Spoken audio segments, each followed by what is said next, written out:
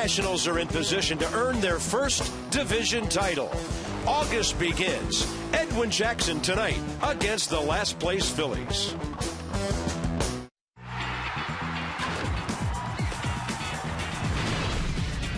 Washington Nationals baseball.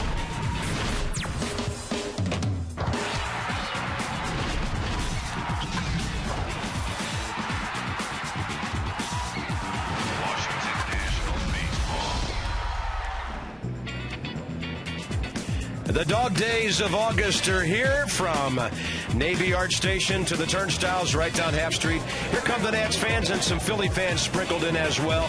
Always an interesting night at the ballpark when these two teams get together. Hey, it was all Phil's last night. They certainly didn't look like a fifth-place ball club. So Edwin Jackson has some good hitters to face. They've got their nucleus back from injury, and Edwin's just kind of seems to keep rolling along, doing his thing. Yeah, we could say last place Philly's all we want, but this is a bunch of winners over there with the core, Rollins, Utley, and Howard, that know how to win and have a lot of pride. So Edwin Jackson's got his work cut out for him tonight. But how about the last two starts? 14 innings, 1 run, 13 strikeouts. He pitched 7 innings against Atlanta, gave up 5 hits, struck out 9. He pitched 7 innings last time out against Milwaukee, gave 8 hits, no runs, 4 strikeouts. He's got career highs in walks per 9 inning with 2.6. His .233 batting average against, also a career high. So Edwin Jackson, the right man for the situation tonight. Yeah, and as long as we're talking about sevens, he's gone at least 7. You guessed it, 7 times this year, a couple of 8s, and a complete game. So the Nats defense has been outstanding behind all these pitchers. Danny Espinosa, Steve Lombardozzi. Lombo 2 errors in 82 games. Espinosa only 6 errors in 101 games. They're picking it, they're catching it, turning double plays. You name it, they're doing it with the leather.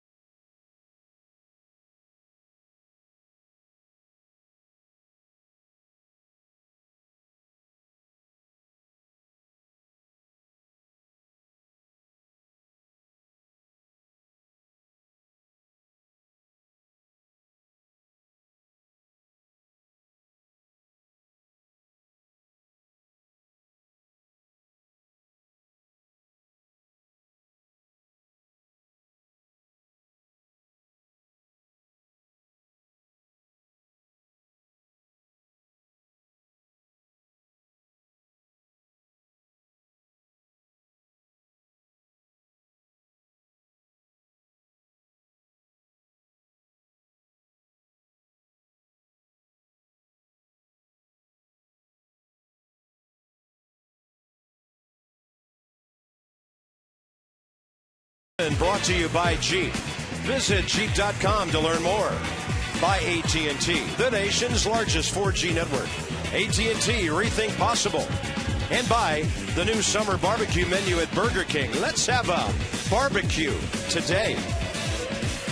Nice crowd gathering. 30,167 saw the Phillies whitewash the Nats last night. Washington still leads the season series 4-3. Visit Train.com for an independent Train comfort specialist dealer near you. Hard to stop a Train. A little muggy. Possible weather in the area for later. 85 degrees at game time. The Phillies are 6th in the league in hitting, 9th in runs and in home runs. And John Mayberry, who had a good night here last night, he was batting 7th. A double, a base hit, and a walk, has always hit the Nats very well. Seems like a recurring theme with some of these Philadelphia hitters, not too many of whom have seen Edwin Jackson in the past. He's made 2 career starts against the Phils, one as a Nat and one as an Arizona Diamondback. Well, last time out for Edwin Thursday at Milwaukee, did a great job of working out of jams in the 2nd inning, 4th inning, 5th inning, and 6th inning. All in all, pitched 7 scoreless. Giving up 8 hits, struck out 4, walked 1 through 105 pitches, 68 for strikes. So 2-seam fastball, 4-seam fastball, low to mid-90s. Slider curve changes with the Phillies. We'll see from Edwin Jackson tonight. We'll check out our Mazda defensive alignment for the Nationals. Morse, Bernardina, Harper in the outfield. Espinosa, Tracy on the left side. Lombardozzi, LaRoche on the right side. Jesus Flores doing the catch. And Mazda, engineered for the few who care about what they drive and the way it makes them feel, because if it's not worth driving, it's not worth building. 16-year veteran Ted Barrett has the plate. Marvin Hudson, Jordan Baker, and crew chief Tim McClellan on the bases tonight. Jimmy Rollins steps in. Rollins, an inside the park homer, 1 for 5 last night. And he goes deep on the first pitch of the game. And that is at the wall and hauled in by Bryce Harper right at 7:05. Jimmy Rollins making a bid for his 11th homer of the year. A little first pitch Hackett ambush piece right here. Fastball right down the middle. And that's the part of the park where the ball usually travels. So you're thinking pretty good contact. Bryce Harper finding the wall. Turns into a first pitch out. Rollins has 2 leadoff homers this year, 39 for his career. And here's Nate Scherholtz just over from the Giants in his first Phillies at bat. And he was 4 for 9 in his last 2 games with San Francisco before being traded. He's 1 for 8 career against Edwin Jackson. Saw him a bunch in the National League West when Edwin was a D-back. And a bouncer out to short. Danny Espinosa. It is no contest once that arm goes to work. Good to see Adam LaRoche back on the receiving end at that first base bag tonight. 2 outs. 2 outs on 3 pitches for Edwin Jackson. Now he'll face Chase Utley, and if I know him, who's usually very aggressive, he'll try to do what he can to at least elevate a pitch count here.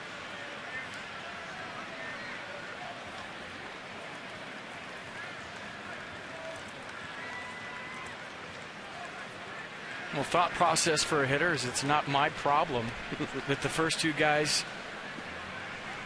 swung at the first pitch and the second guy swung at the second pitch. Guess the best way to extend an inning is to get a good pitch, get a hit, and extend the inning and get Ryan Howard up there. I think as a hitter, Carp, when you take some pitches in that situation is maybe when your pitcher had to work real hard to get out of a jam in his half of the inning. But to start a game, first 2 guys hack in front of you. It's not your problem. Utley, 21 for 89 in 25 games since coming back from the knee problems. That's a good fastball on the outside corner. Now the Marlins are at Atlanta again tonight, trying to stop these Braves, who've won 17 of their last 22 and 7 in a row after winning last night. That's LeBlanc and Sheets. Ben Sheets trying to go 4-0 for Atlanta tonight. And they are just 2.5 back of the Nats. Jackson goes 2-1 on Utley, hitting .236.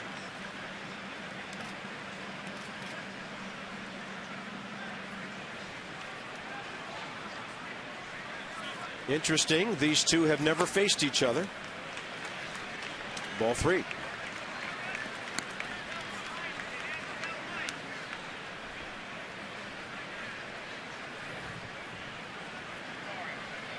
Even after giving up 8 last night, the Nats team ERA still number 1 in the league at 3.30.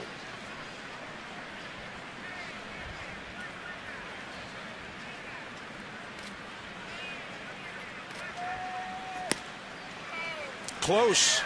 Ted Barrett doesn't give him the call, and it's a walk to Chase Utley. A 2-seam fastball, 93 miles an hour, trying to locate it in a 3-1 count. Missed away. Flores tried to snap it back. And here's Ryan Howard, who had a walk and an infield hit last night. He went 1 for 4. And he's driven in 108 runs in his career. against Washington pitching with 35 home runs. Always a danger no matter what ballpark. Shift is on. Espinosa up the middle. Just a couple of steps into right field as Lombardozzi. Not as deep as you might expect with 2 outs.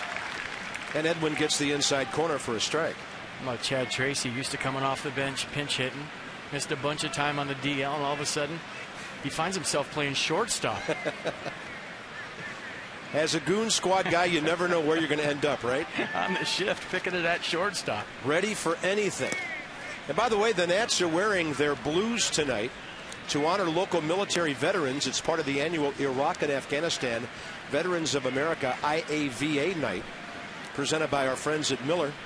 A lot of pregame activities for the guys and the ladies in the ballpark, and we salute our Iraq and Afghanistan veterans. Tonight, the Nats have their brilliant navy blue jerseys on. Best unis in baseball, period. With the patriotic trim. 1 ball, 1 strike. Took a little bit off, 85, and Howard out in front, 1-2.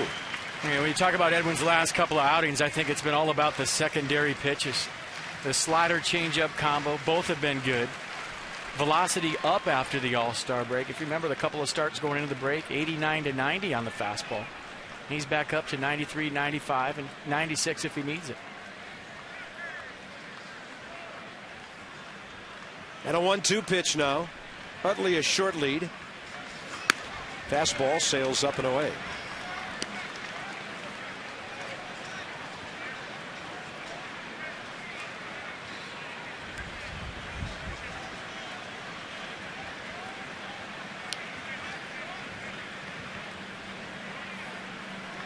Ballpark quiet during a long now, top of the first, although it's only 12 pitches, just seems that way because Howard's the 4th batter. First 2 outs came so quickly. Target inside, better get it in there, and he does for a check swing. Now trying to bury that fastball in with 2 strikes, 95 miles an hour. Ryan Howard just gets a piece, and it's a good thing he did because that ball was strike 3. Well, Ryan Howard has a chance to make it to 300 home runs this year. In limited play, he's hit 4. He's at 290 with 2 months to go. And a swing and a miss, 88. And Edwin keeping that ball down, gets a big out early in the game. And now the Nats bats go to work. Look at that drop.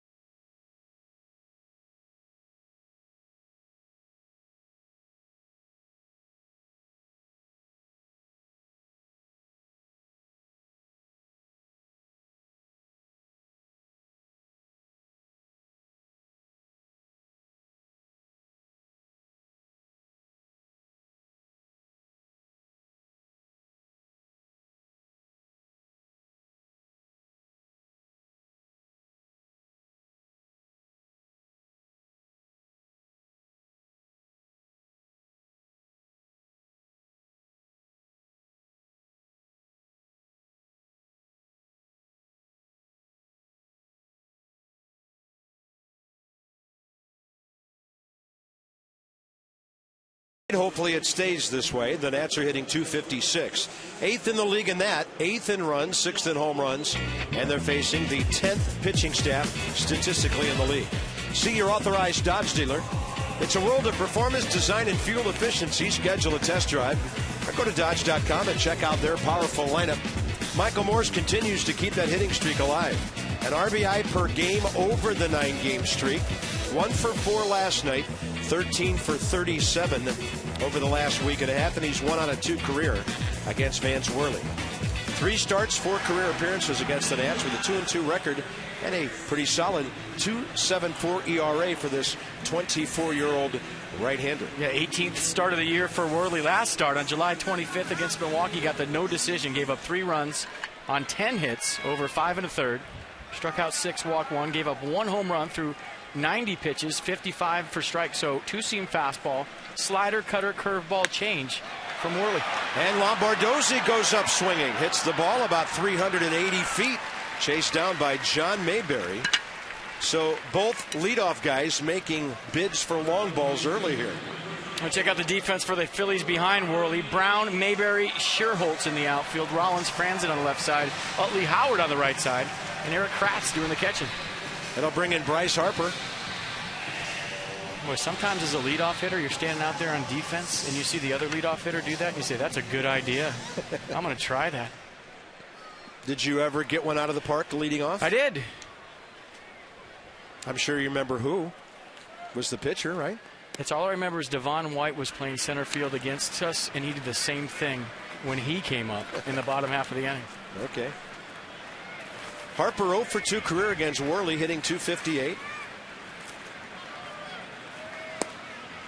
Bryce needs one of those 3-hit games or something to just get busting out and getting base hits again. They've been a little rare lately. Had a tough time in the Milwaukee series. Wasn't feeling well, of course. 1 out of 12 there, and so 1 for his last 16, and that'll take care of that. What a good way to start the night when you haven't had but 1 base hit over nearly a week. And he's aboard for Chad Tracy, who will be in the 3-hole tonight. Watch Bryce Harper's batting practice today, and it was perfect. Line drives all over the place, letting the ball get deep, hitting the ball back up the middle, pulling the ball when it was in. And you could just tell when a good hitter has a good BP, you know he's going to have a good day. That's how he starts this one off. Line drive up the middle, and there goes a no-hitter. He's going to round the bag big. He's there with 1 out. Tracy the hitter. By the way, Eric Kratz is the Milwaukee catcher tonight, not Carlos Ruiz.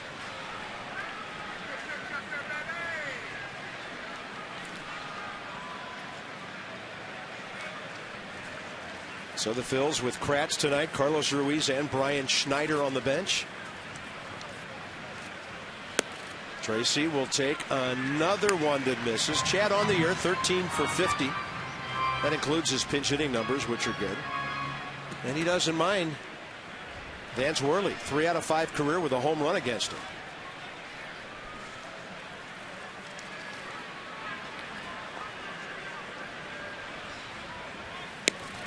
Fastball, yes. Kratz, by the way, 2 out of 5 caught stealing. A stat that catchers get way too much blame for and not enough credit for it.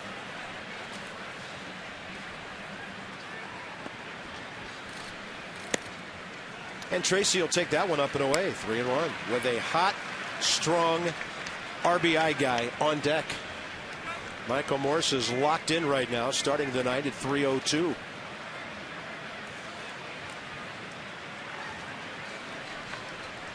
Let's see if Davey Johnson starts Bryce Harper here in a 3-1 count. Holding. Why not? Ball 4. 2 on, 1 out.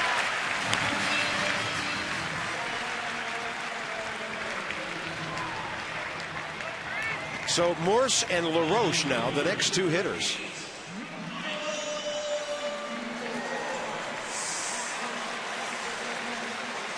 So Morse 13 hits over his 9-game streak. A homer every 3 games, averaging an RBI every game. And of course that huge contest Sunday in Milwaukee that single-handedly put the Nats into extra innings so he could win it for them there. Well, I'll be the Marlins have 3 runs in the first inning at Atlanta. And still batting with 2 men aboard, 1 out. Morris a bouncer. It eats up the third baseman Franzen. Everybody's safe, and the bases are loaded with 1 out. Well, that's an in-between hop right there as a third baseman. You have a split second to decide whether you're going to charge the ball or play it back Franzen just stays there, gets the in-between hop, gets caught in the middle. Tries to stay soft, but you see where it hits him, right in the chest. You see Ryan Zimmerman all the time come in on that ball, field it on the run. As a third baseman, if you get caught in between, you'll see him give on that ball to get the big hop.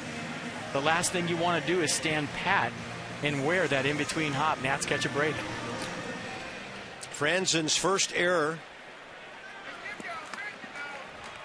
Phillies 65th of the year. They're in the middle of the league 7th defensively, in a big spot now for Adam LaRoche, and he's working on a hitting streak. And Worley falls behind him. So how about a bunch of base runners early? Harper singled, Tracy walked, and then Michael Morse reaching on the top spin in between hop error. Adam LaRoche 61 RBIs. He has one career ribby against Worley. 1 for 3. Pretty good hack, and it's out of play 1-1.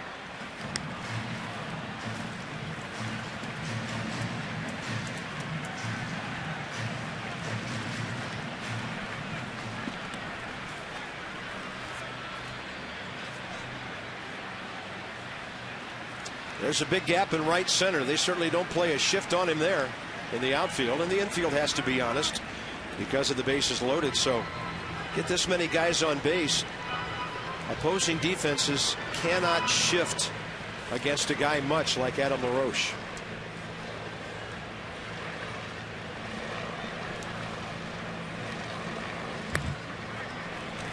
Not even close. 2-1. It's a tougher take than you would think right there. You're looking for a ball up in the zone. Teases you with a high fastball. Good take to get to a 2-1 count, which gives you an opportunity to hit the first grand slam since August 19th, 2011. Adam LaRoche with a base hit up the middle. Harper scores. Tracy will stop at third. And the Nats lead 1-0, and the line is moving with Danny Espinosa coming up. Adam LaRoche checks in with RBI number 62. You got a fastball right down the middle, little tail to it, stayed on it nice. Chad Tracy not running as well as he was before the injury, obviously. Had to be held up at third. You know, it's interesting. The base hit was just like the pitch. It had a little tail to it as it went up the middle, veered a little bit toward left center. So you could say that Adam LaRoche put a perfect swing on that pitch, the way it was delivered. Now, Danny Espinosa and Vance Worley were teammates at Long Beach State. So here's an interesting matchup. And that might be 2.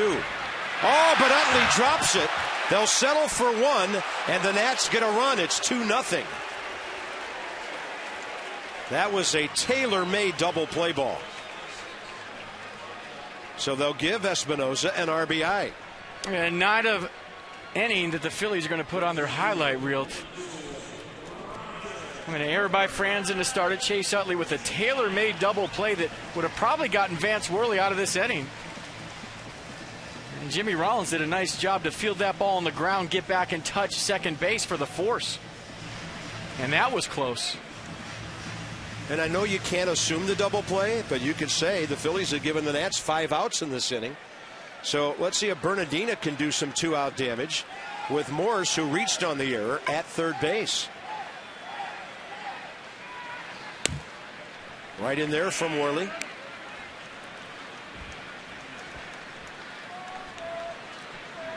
Roger likes this division, and he also likes this ballpark.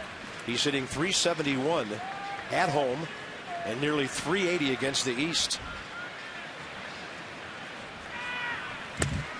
Ooh, and he's taken a couple right in there, and it's 0-2. If you're a young player and you're scuffling at the highest level, and all of a sudden first time up you get a base hit, you run around the bases, you score a run, you do something good for your ball club. Huge first at bat for Bryce Harper. Yeah, that makes the crickets quiet down. You get a little more of a greeting in your own dugout. Yeah, right? we always talk about that when you're scuffling, that awkward silence when you come back to the dugout, set your helmet in the rack. It's nice to have a bunch of teammates on the top step high-fiving you and have a hit under your belt early in a ball game. So you're not uphill scuffling to try to get that knock to show for the day. And now it looks like maybe 0-2. Danny Espinosa could be on the move. You're probably anticipating something off speed, maybe in the dirt to Bernardina. Sometimes 0-2 pitches are great on which to run. He starts and stops. Roger grounds it to Utley, and no problem with that one. So the Nats get a couple of gifts from the Phillies and a nice crooked number on the board early.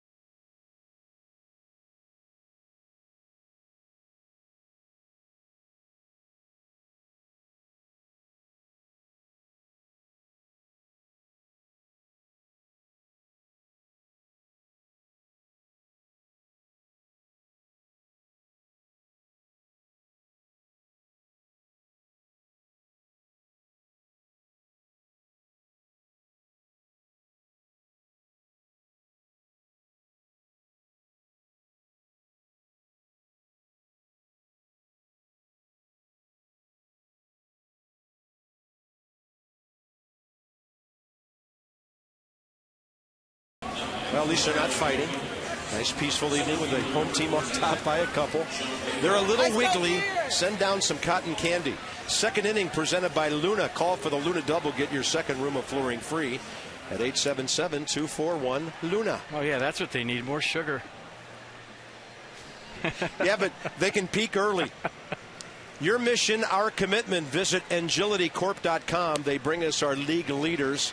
And inside the numbers, the Nats had a 17-9 July, scoring 5 runs a game. The ERA higher than it was earlier, but when you're scoring, that's a plus 1.5 every night, FP, and those are good numbers to add up. Yeah, I like the 5.1 runs per game.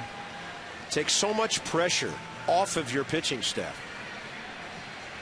So Davey Johnson's team, I mean, is this the first time the Nats have had a season with 4 winning months in a row? We'll have to check that. Maybe 05, but I know August and September were not good months that year. 4 in a row going 14, 15, 15, and 17 wins. So here's John Mayberry, bumped up to the 5 spot after his good offensive night in Game 1.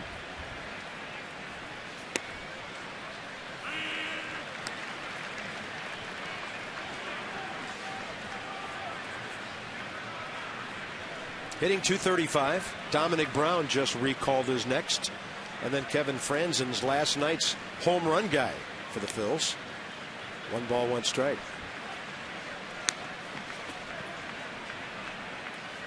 Well, the Marlins did get 3 in the first at Atlanta.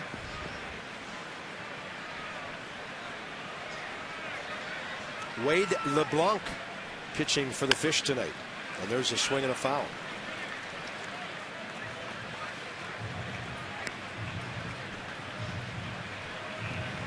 Dominic Brown came off the bench last night, as FP said, right off the plane into uniform, and a late pinch hit. There will be some auditioning going on in Philadelphia uniforms for the next 60 days. Really 63 days. Season ends on October 3rd. Well, you got 2 months plus to show the organization that you can do it at the highest level. You come into spring training, hit 500, but it's still spring training. You get the job done this season, you know, show Charlie that you can play. You might find yourself with a job next April. And some people thought the Nationals' 15-5 finish last September was fool's gold, but they have debunked that theory. and taken the late season momentum, winning 15 of their last 20 and then coming out roaring the following year.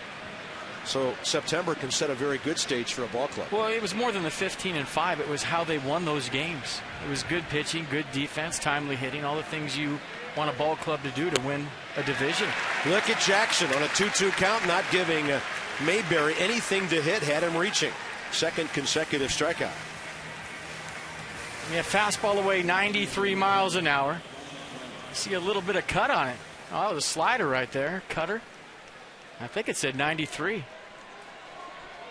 So here's Dominic Brown, the 24-year-old outfielder.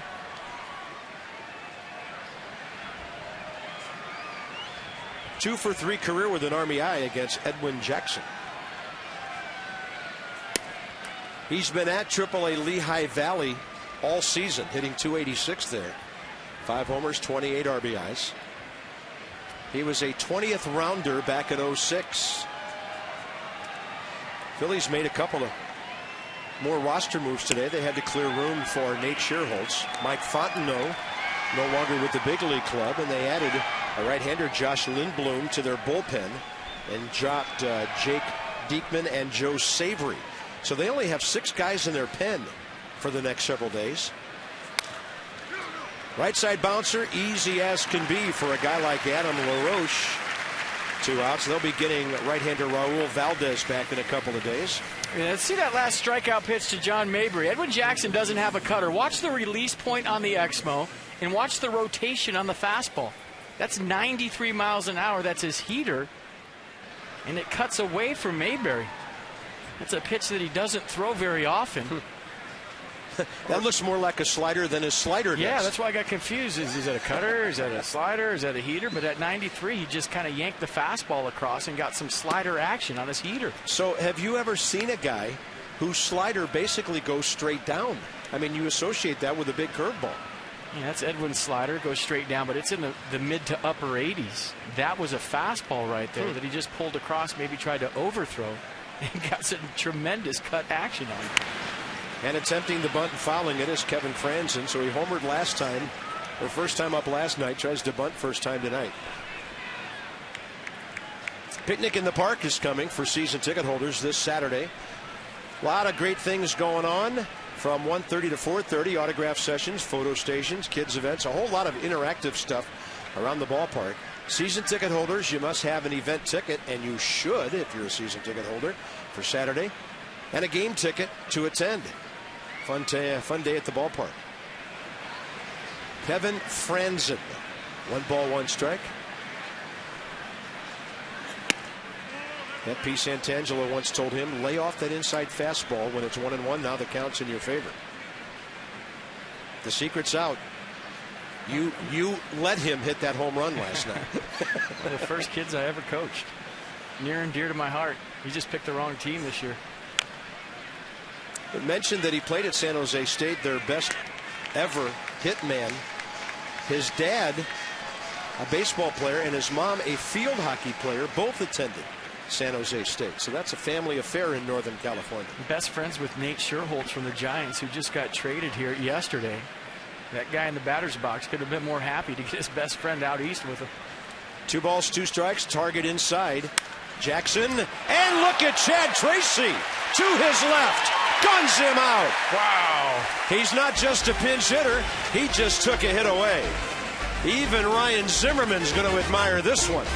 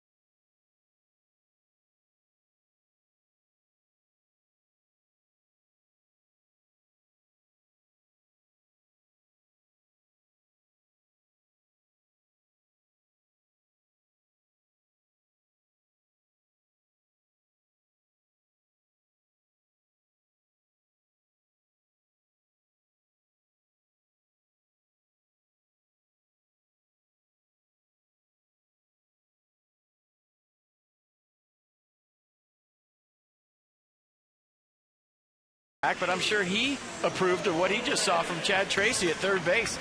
Kevin Franzen gets a fastball down the middle, one-hop shot to Tracy, step and a dive, gets up, makes a perfect throw, strong throw across the infield.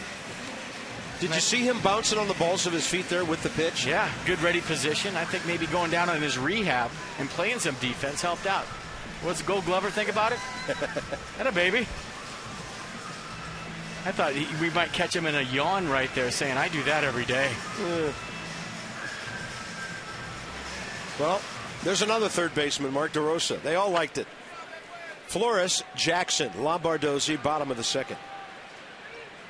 Jesus probably glad a new month is here. He was 10 for 60 in July, but he's gathered 3 hits over the last few games.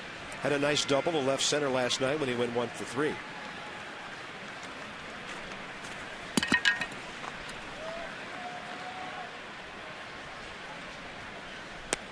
Check swing. Did he go? He did, says Marvin Hudson.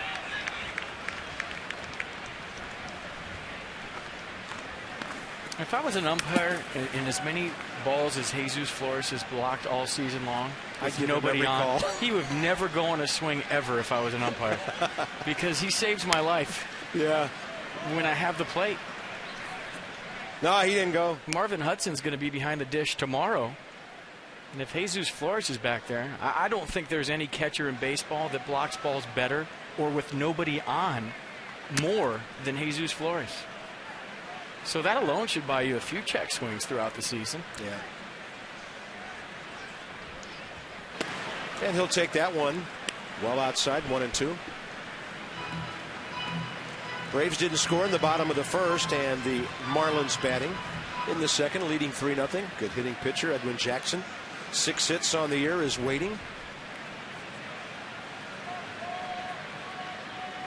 Target inside corner. And Jesus Flores will hit it well. It's right out there to John Mayberry, though, and that's 3 batters in a row retired by Worley. Just a reminder, as you enjoy a cold one, look forward to Miller Time later in the game. It's brought to you by Miller Lite.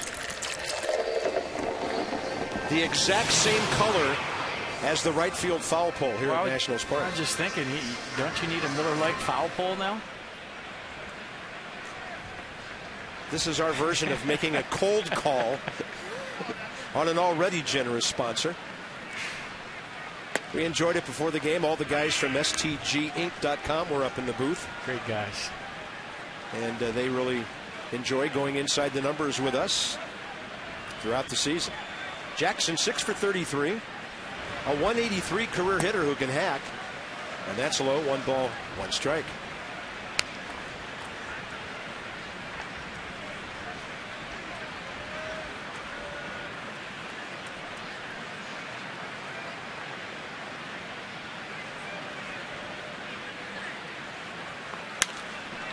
And that'll be out of play to the right side. Smaller crowd tonight, probably somewhere around 20,000 or so on this Wednesday evening as August gets underway. Enjoying a really nice night. We hope it stays that way. Forecast called for possible showers here and there later. And that's low, 2-2. So Edwin will see at least 5 pitches in this at bat.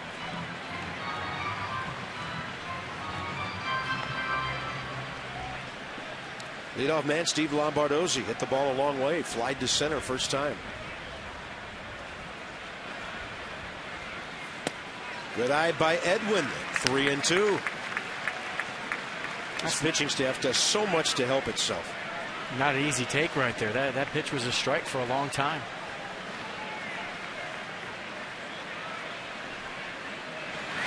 On a pitch up, busted bat, well placed. Jimmy Rollins, and Edwin beats it out. His 7th base hit of the year. As soon as Kevin Franzen didn't come across and cut that ball off, you knew with the speed of Edwin Jackson that he had a chance for an infield single. Maybe 2 guys on the left side that haven't played a lot together. Jackson gets jammed, Franzen goes for it, stops, and Rollins with a long throw across. The speed of Jackson beats it out. Broken bat, infield single, bat died a hero. The hustle, smelling the knock, safe. Good athlete. Here's Lombardozzi. Hey, how many rallies start with a pitcher getting on? A lot.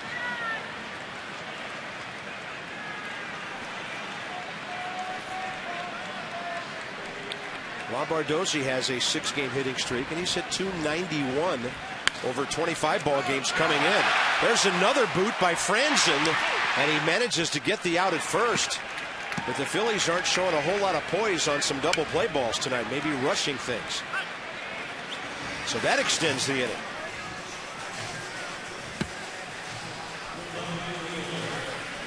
Now here's Bryce Harper now with the runner in scoring position. He can't find his bat right now. He's going back into the dugout. He can't get the donut off his bat. So he's going back to get a different one. But the first one worked. He wants that one back. Check out the first at bat from Bryce Harper. Very quiet up there, letting the ball travel. And look how deep he lets that ball get. Probably the best swing he's taken in a while. Kind of been rushing, jumping out there. That's a good sign. Very quiet with the lower half, letting the ball travel. Taking it out of Kratz's glove. Yeah, and a night after he faced Cliff Lee, who can have you jumping all over the place. Nice and relaxed, seeing a right-hander tonight. Harper's 2 for 2. Jackson is going to be sent home by Bo Porter. Dominic Brown's throw is in time, and Kratz held on for the out. Why not with 2 outs, as long as it's a safe play for your pitcher? And Dominic Brown got it to Eric Kratz. That's not an easy play on a short hop for a catcher. Home plate blocked.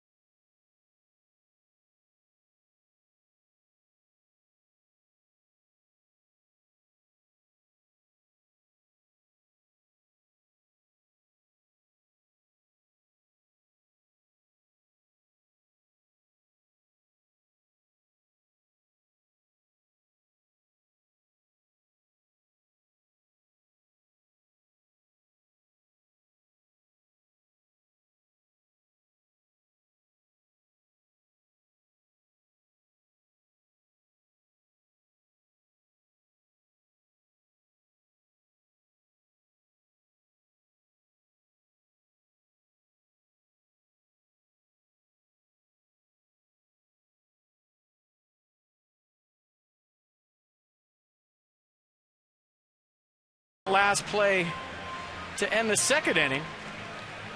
Nice swing by Bryce Harper. Edwin Jackson on second base, so a 2-out knock. Those are gold. Bo Porter going to send Edwin Jackson. He just saw him on his infield single. He's thinking, hey, he's fast. Good turn by Jackson, by the way. But a better throw by Dominic Brown in left field, right on the money. Eric Kratz does a great job of blocking home plate. Edwin Jackson stopped dead in his tracks. Never did reach home. But check out the pants of the pitcher. That's a good uni. And by the way, that's a catcher who is 6'4", 255 pounds. So Kratz, a big target for the throw, a big man to block the plate. And as we mentioned, how many times do we see catchers muff it when it's a short hop? He did not. For solutions that help you achieve your financial goals, PNC Bank, for the achiever in you. Call him up. He's ready. Who is this guy? He's Never ready. heard of him. Call him up. Heard he did some things in Philadelphia years ago. But look at that, 5 hits, 4 RBIs his last 3 games. What do you think? He's ready. Call him up. For the weekend he'll be here maybe? Right now, he's ready. There he is. Larger than life, J-Dub. Would it be possible to have him get 2 at-bats in Potomac make a move and have his last 2 bats be here the same night? That's a huge strike zone he's sporting out there in left field on the garage. Yeah. He's larger than life. Although the gecko's right next to him. Great company. Here's Eric Kratz. Did a good job of blocking the play. This guy's swinging the bat. 3-game hitting streak, 5 out of 9. What's up with all these Phillies catchers in their offense? Kratz, previous major league experience before this year. 9 games, 34 at-bats with the Pirates in 2010. Originally drafted by Toronto back in 2002, in the minor leagues for 10 years. Toronto, Pittsburgh, and Philly.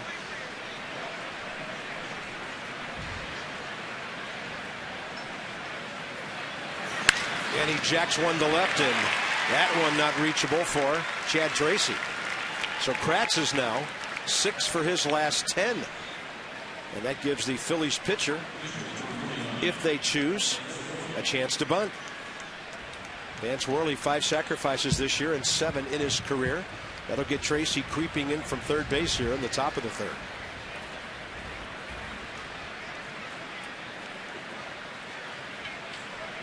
Braves have picked up a run in the bottom of the 2nd. They have runners at 2nd and 3rd, 2 outs, trailing the Marlins 3-1.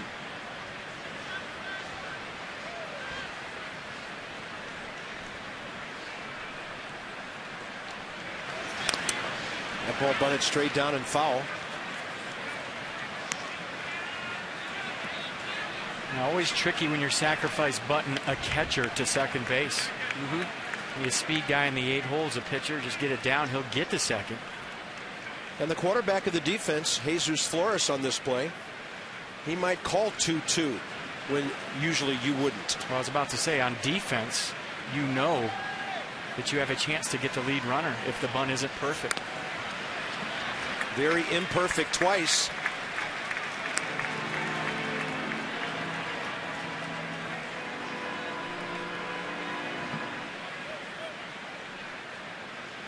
Worley looks down toward Tracy, down to Juan Samuel, third base coach.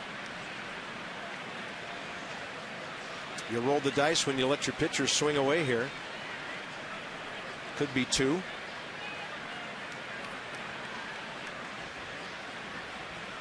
Squares early. Tracy on the move. They do that, but there's 2-2 right there. And maybe a relay for a double play. A 3-6-4. LaRoche, Espinosa, and Lombardozzi. You got a catcher running on first. You bunt it too hard. You got a chance at the lead runner.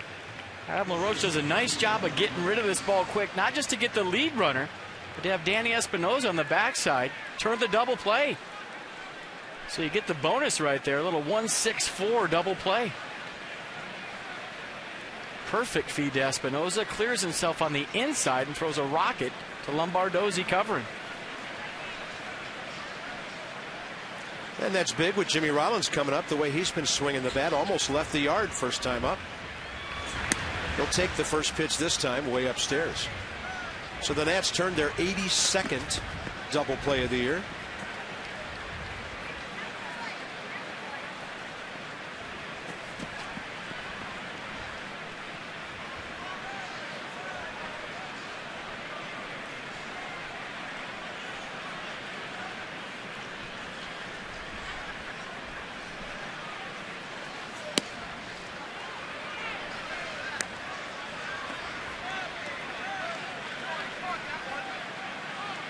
Jimmy Rollins hitting around 250. His on-base percentage is just over 300. He's never been a huge on-base percentage guy in his career, but he does have that extra element of power in that leadoff spot.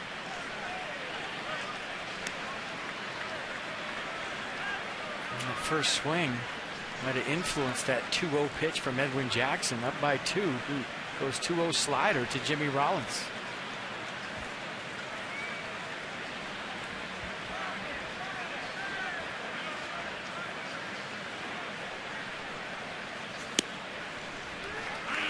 And getting back to Vance Worley, getting that bunt down, little things to help yourself as a pitcher.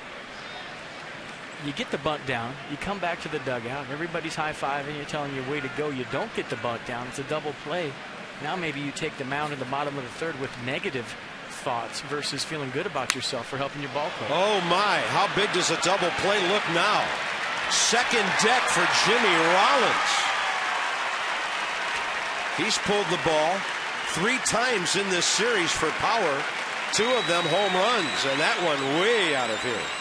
His 11th of the year, and it's a 2-1 game.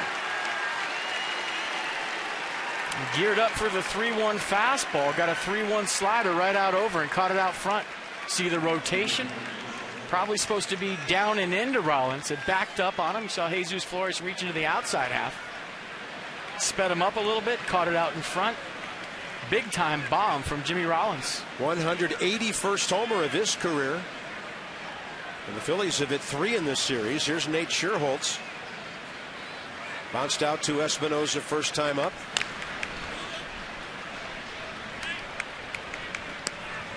That's why that slider's so dangerous in a fastball count if it doesn't break. Guys catch it out front and they can do damage. You're geared up for the heat.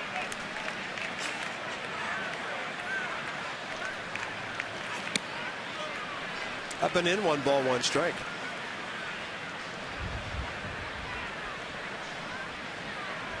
Edwin Jackson just giving up his 14th homer of the year. Came into this game 10th in the league, with opponents hitting only .233 against him.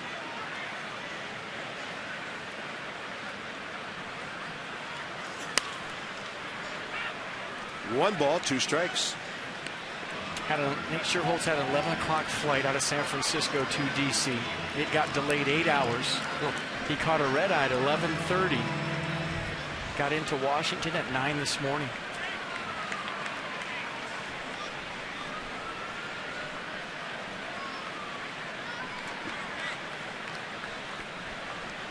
Sixth year in the big leagues. .273 career hitter starting this season. Giants drafted him in the 2nd round back in 03.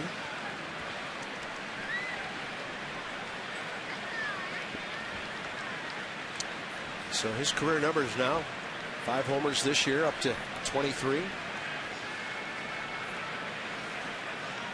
28 years of age, 6'1", 207, originally from Scottsdale in the Phoenix area. And a 2-2 pitch. He jacks that one to right. Phillies swinging the bats well in this inning. Kratz, a hard base hit. The double play, the homer, now another hit. And suddenly Chase Utley bats here in the 3rd. Nate Scherholtz with his first hit as a Philadelphia Philly. Clean single to right. 2nd career hit and 10 at-bats against Edwin. And now Utley, who Jackson walked first time, making this inning quite a bit longer. 15 pitches already this inning, 43 in the game. Still not an alarming total by any means. And Scherholtz can run too. For a big guy, he can fly. So good chance that he'll be off sometime early in the count here with 2 outs. Braves settled for 1 run in the 2nd. Marlins batting top of the 3rd at Atlanta, leading 3-1.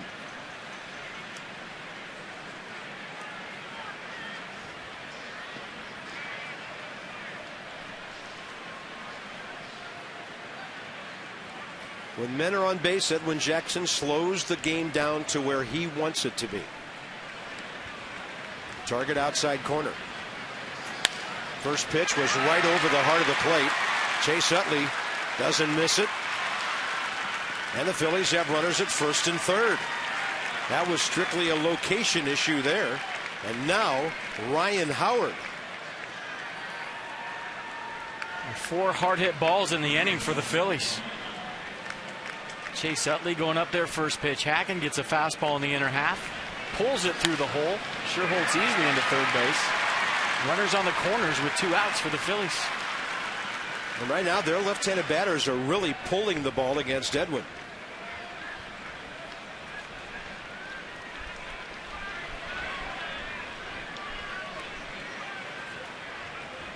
Four hits in the inning, and the Phillies have scored 1 run. Howard struck out swinging first time.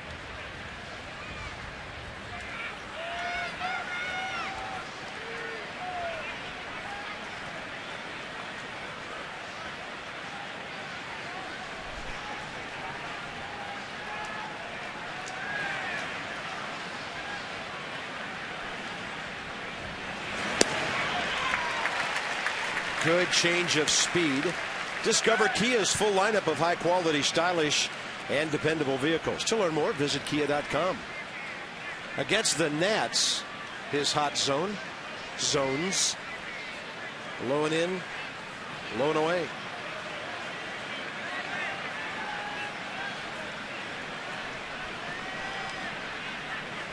There's a lot of history on that one. 30 home runs worth, over 100 RBIs, and the count's 1-1. And counting that Franzen hot shot in the second inning, the last 5 Philly position players have hit the ball right on the nose. And you wonder about that trip around the bases Edwin took.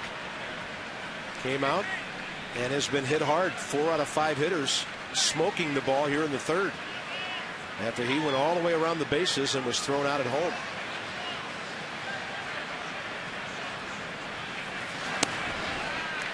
He goes off speed, 2-1. Well, it's a good thing Vance Worley hit his bunt hard too. Yeah, he found the sweet spot.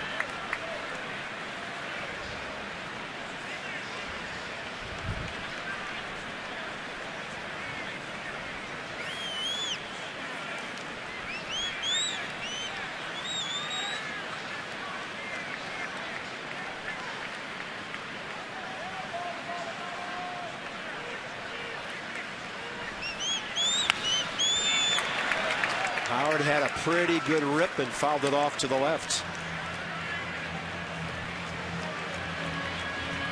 Nissan pitch tracking it. Check it out, slider from Edwin Jackson, 86 miles an hour. That one backed up a little bit too. Check out Nissan's Summer Saving Days. Event ends September 4th, which is Saturday. Visit choosenissan.com. Hurry in to your local Nissan dealer.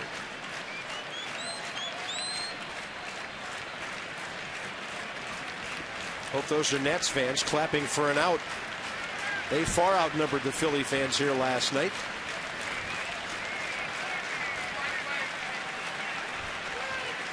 And he goes low and almost got it by him. Howard able to foul it away.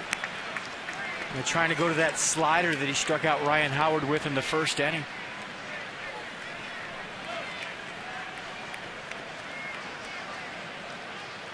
After the Rollins homer, Sherholtz pulled one hard to right. So did Chase Utley. First pitch swinging.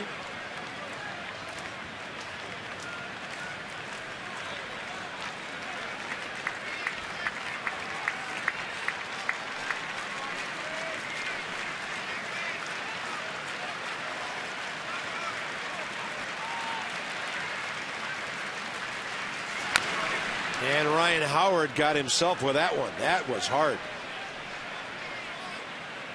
Yeah, well, the pitch was 96 miles an hour, and who knows how hard it was off the bat of Howard.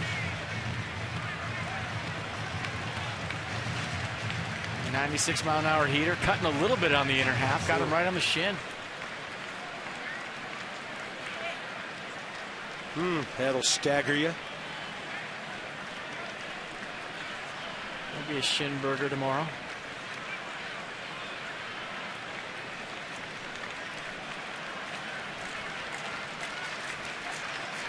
Would Jackson go down there again? Absolutely. Maybe with that slider. Down and in. Try to get him to swing over the top. And he goes up with 93 to get him out. A couple of crucial strikeouts to Ryan Howard. And the Nats still have the lead after all that.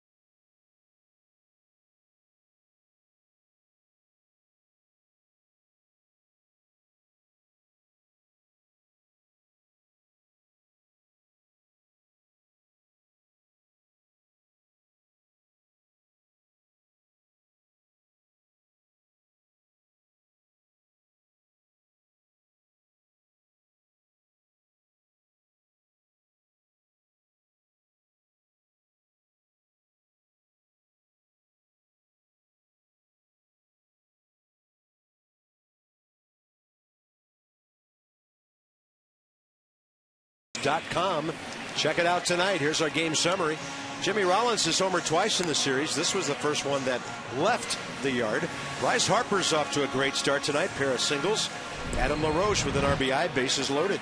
Yeah, number 62 of the year for LaRoche. Got a two-seam fastball, tailing down away, stayed on it. That scored Bryce Harper for the first run of this baseball game. So welcome back, Adam LaRoche. Take a day off, a couple of days off, get that back better. Walk up there, get yourself a knock and a steak. And the other RBI guy right next to him there, Danny Espinosa, the next batter with a fielder's choice grounder. When the Phillies might have turned 2, but didn't. So there's your scoring summary. Edwin Jackson, 51 pitches, 33 strikes. Vance Worley, 32 pitches in 2 innings, 20 strikes. And here's Chad Tracy, who he walked first time. And Chad takes one low. He was the second man to get on base before the Nationals loaded them up in the first.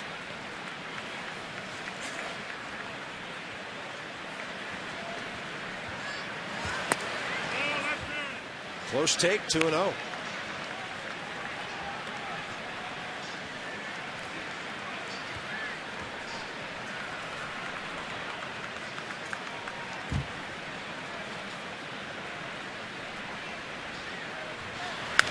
And that's well hit to right. It is on the ground, and it almost ate up Nate Sherholtz. Chad Tracy hit that ball so hard. So he's come off the DL and swinging the bat well. A little tomahawk chop right there. Get on top, Chad Tracy. Got a high fastball right out over the plate, 90 miles an hour. Rifles a bullet into right for his first hit back. Well, and he walked his first time up and took some close pitches. So, as you say, he's seen it big. And very selective. A great swing there. Here's Michael Morse again, looking to extend that hitting streak.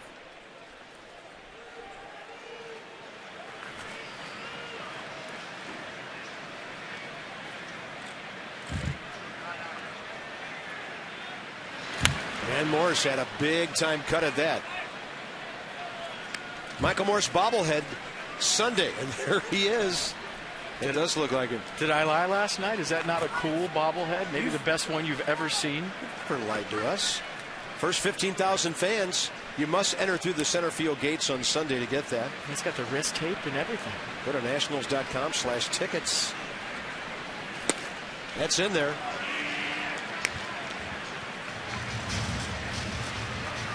That thing's so real, it's scary looking.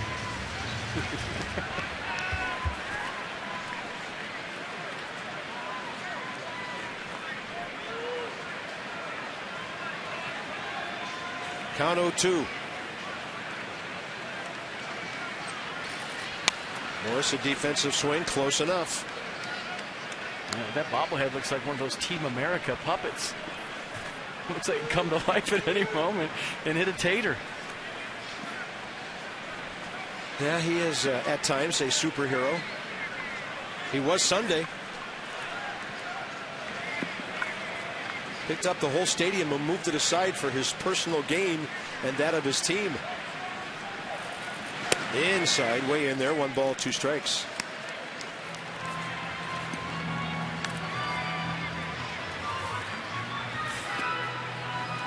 There it is.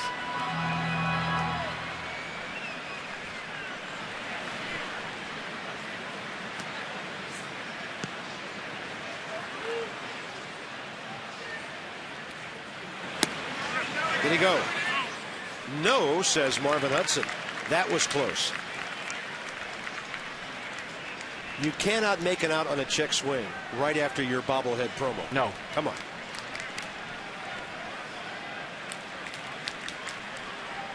In fact, an RBI would be the order of the evening. Big gap in left center. Outfield plays him around to the right. 2-2 pitch coming. And Morse will spit on that one. Fastball up and away. We'll see if Davey Johnson has enough confidence in Morse with nobody out to make contact. Okay, which one's real and which one's not? I think the real one's on the left. That is awesome. I'm just guessing. No, wait. The guys are wearing the blue unis tonight, so it must be them. That's great. Morse out to center. And under it is Mayberry. Michael got it down toward the end of the bat. And it's a long, loud first out.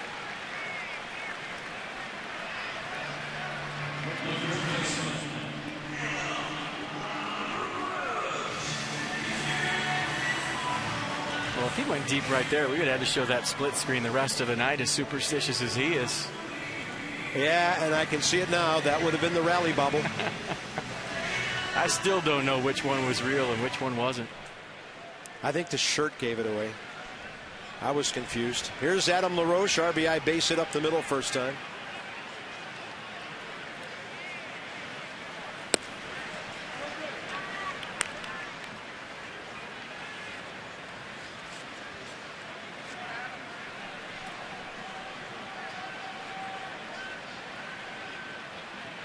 I think the Phillies sometime in August have a bobblehead giveaway for a guy they just traded. Hunter Pence bobblehead day. You're kidding. Yes. 45,000 bobbleheads made up.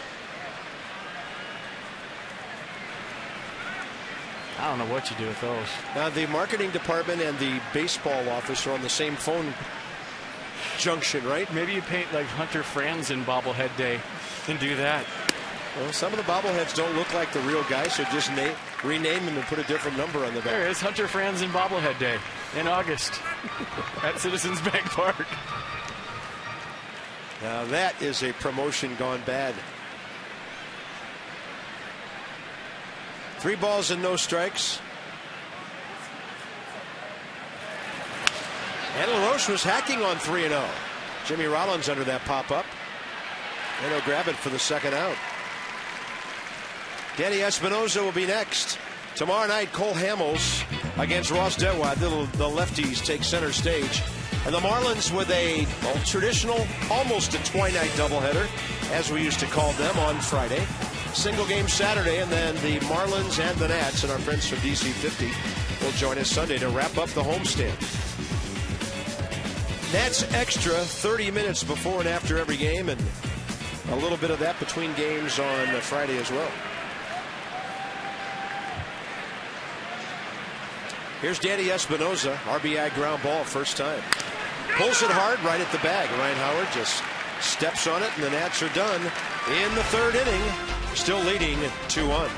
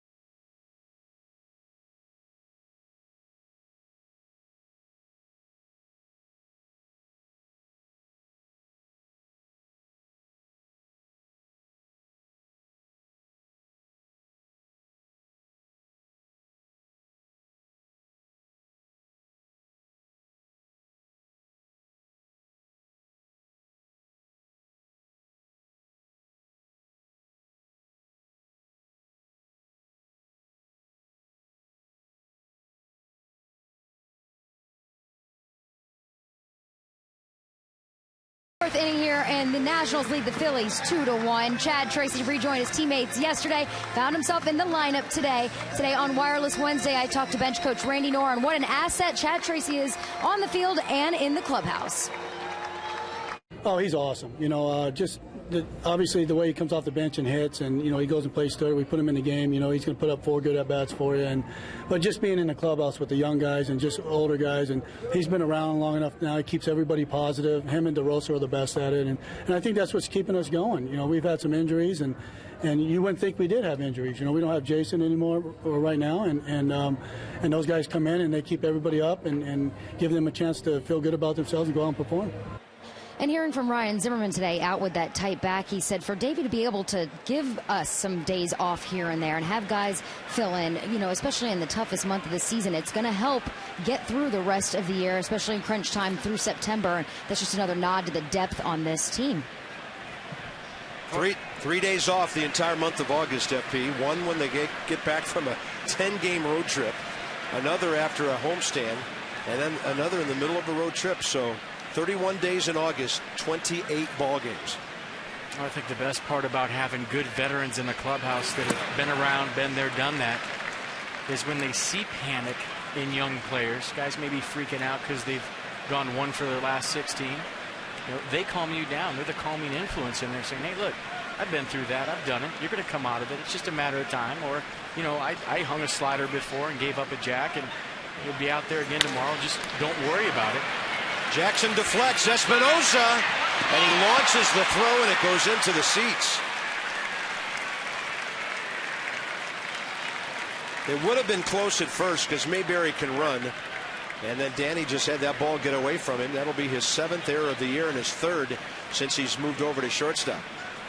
So, FP, for everybody who thinks that Zimmerman throw is easy, not so. Especially when you're barehanded, you don't necessarily always have the seams. And Espinoza trying to make a great play right here with the underhand flip. Threw it away. Base hit and an error.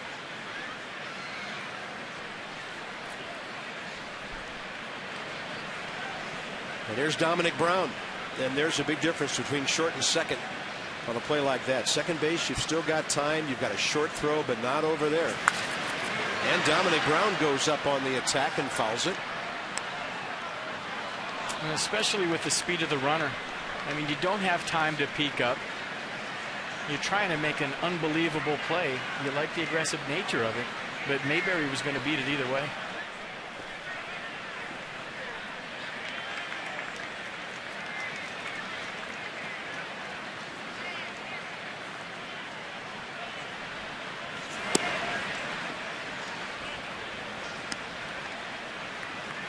Well, Miami with a run in the 4th at Atlanta. Marlins now lead 4-1.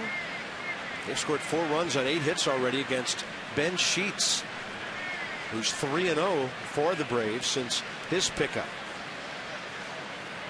Dominic Brown bounced one to Adam LaRoche first time.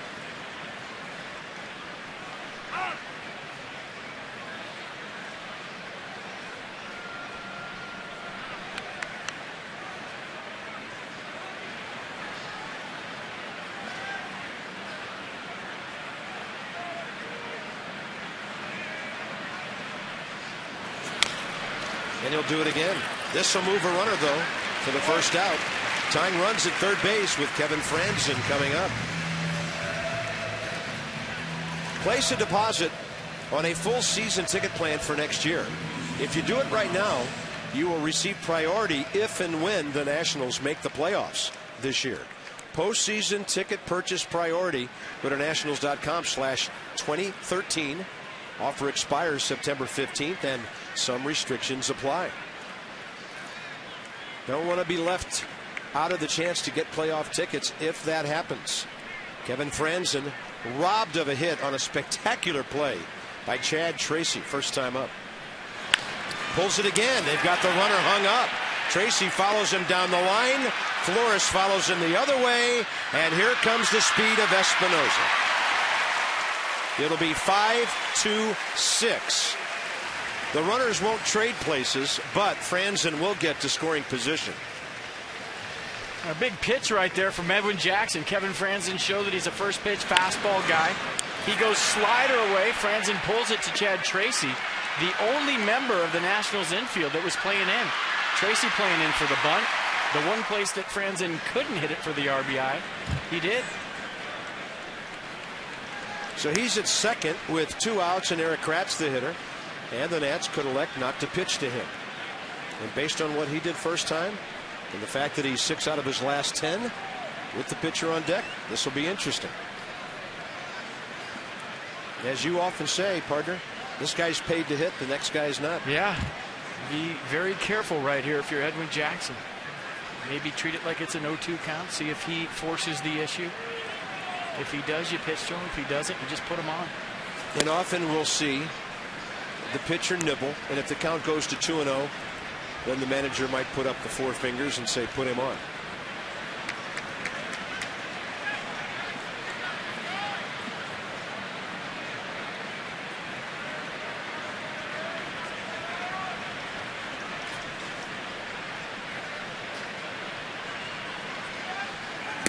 Slider low. Yeah, Kratz looks like he knows what he's doing, looking for a mistake as an 8-hole hitter in this spot. Look for something out over the plate. Not anymore. Now you're going to have to get a 50-inch bat to get a hit because they're putting him on. It'll be Edwin's second walk of the night.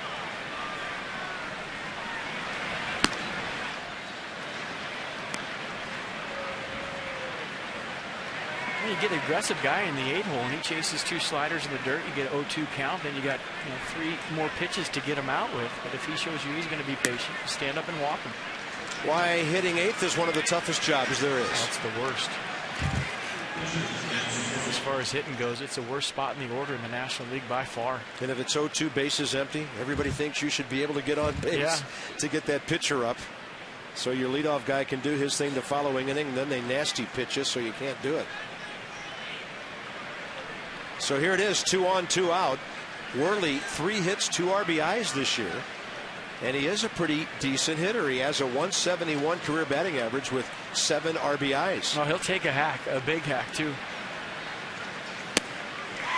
Edwin goes breaker on him.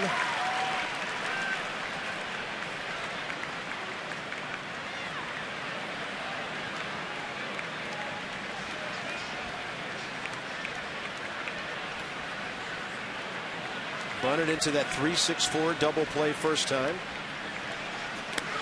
And a good slide to the right by Jesus Flores.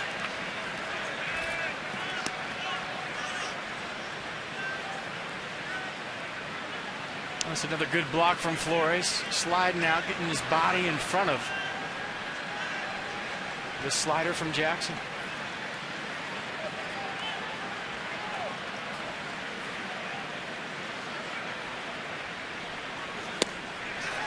'86 again. 1 ball, 2 strikes.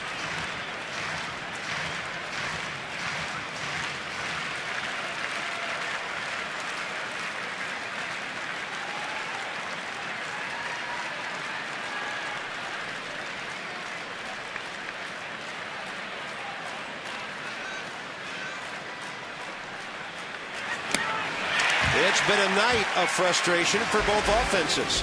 9 runners stranded and 5 by the Phillies so far.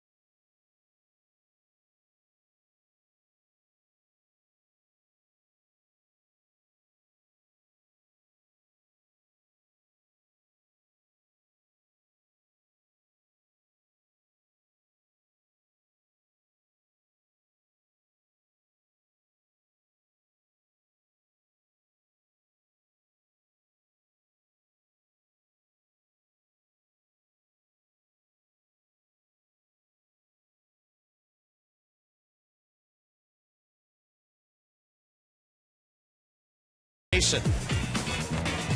Who but WB Mason? Bottom of the fourth coming up. The Nats lead 2-1. Bernardino Flores and Edwin Jackson coming up. The Geico President's Race with an Olympic fencing flavor tonight. Eddie takes out Abe. Point or something. Yeah, that's a point or something. Down goes George. Tom waiting. Oh, Tom's sword a little sturdier than Teddy's. Sword got a hero. And for those of you keeping track, it's George 20, Tom 17, Abe 17, Teddy nothing. You know, at least he could win a bronze or something one of these nights. No. Bernardino bounced out to the second baseman first time up.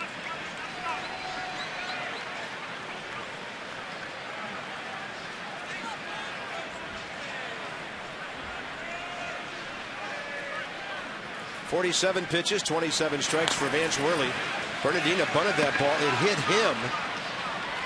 So that's a foul. He was in the box. And everybody doing what they should have done. Roger kept running, and the Phillies infielders didn't play umpire. They went after the ball. Sometimes if the ball hits you and you get a nice little foot wedge out there, just keep running and play it off. That bunt was placed perfectly off of Bernardino's body.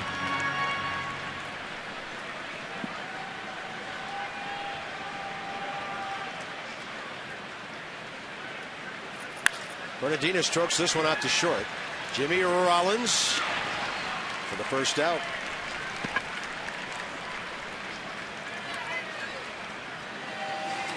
Jesus Flores flied to center first time. Edwin Jackson, an infield hit. There are the next two batters. And Bernardino with a little limp going down to first and back to the Nationals dugout. Let's see where that foul ball got him on the bunt.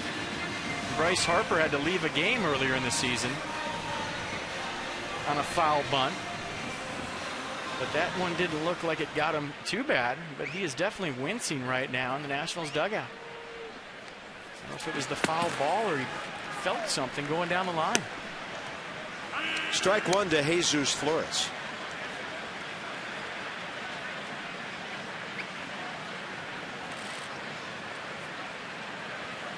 Notice where the Colorado Rockies designated Will Nieves for assignment today.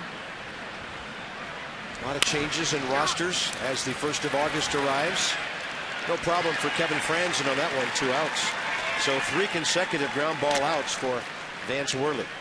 Check out Roger running down the first baseline. This is after he fouled the ball off his foot. And you see the grimace on his face. I don't know if that's from where the ball hit him or he's feeling something. We'll keep an eye on the Shark. A lot more playing time over the last couple of weeks than he had in quite a while. I mean, if that was from the foul tip on the bunt, it's officially the most damage I've seen in a single season from foul tips on bunts. Usually that doesn't hurt, but Bryce Harper got a little ricochet piece off the top of his ankle. Had to leave the game against the Braves, and now Roger Bernardino right there. No balls and 1 strike to Edwin Jackson. No way to reach that one. 0-2.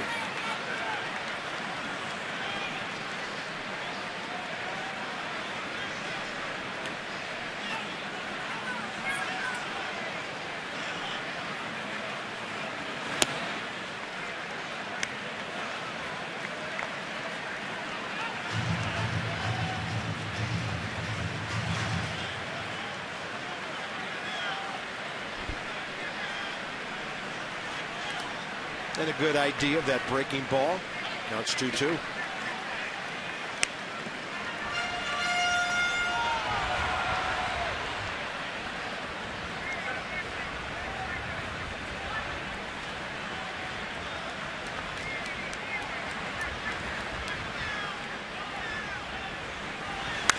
Fastball up. He was hecking and he pops it up into the twilight. Eric Kratz right there. It comes spinning back on him and he makes that grab. Ball coming back toward the batter's box, and the Nats go in order in the bottom of the 4th.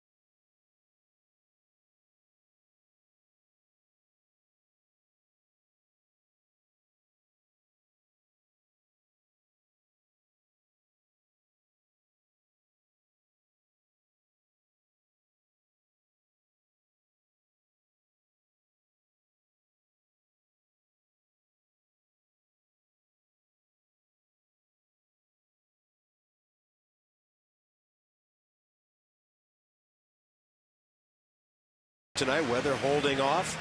2-1 ball game. Nats got off to a great start offensively. Vance Worley has shut them down.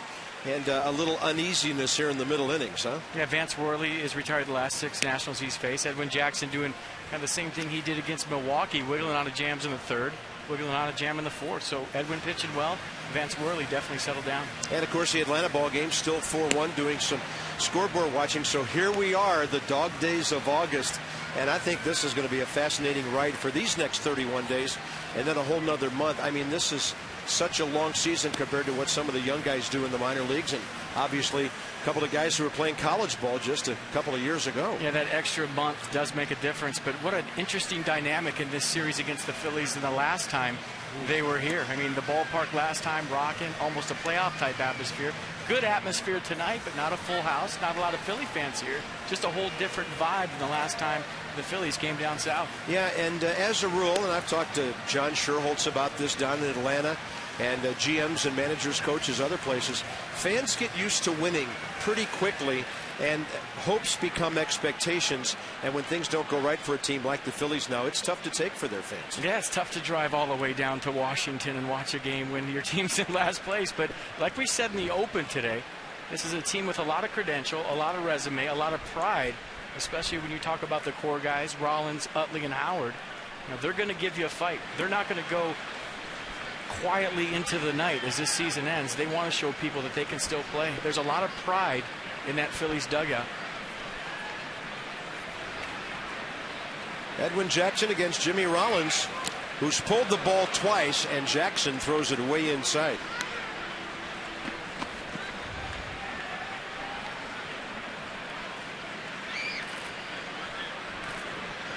So Jimmy's done some damage in this series. Almost hit the ball out of the park on the first pitch of the game tonight. He pinned Harper right up against the wall.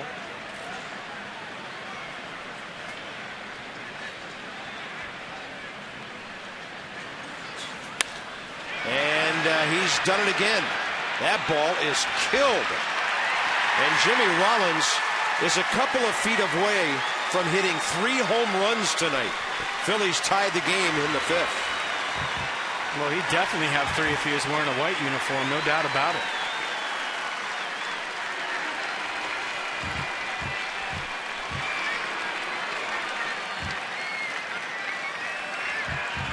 Wow. Jimmy Rollins 12 on the year now, and 3 home runs in this series after hitting 9 over 4 months. Well, first time up, he went first pitch fastball against Jackson. Like you said, hit it to the wall in right field. And the second time up, he got a slider from Edwin, I think in a 3-1 count. So the veteran hitter that he is said, he's not going to throw me that slider again. He's going to come heater, and he was on it. And now Nate Sherholtz hits one out of the park. His first homer as a Philly. And the suddenly loud Philly fans who hadn't been heard from are celebrating a 3-2 lead. And the Phillies are treating the Nats pitching staff in this series like this is Citizens Bank Park.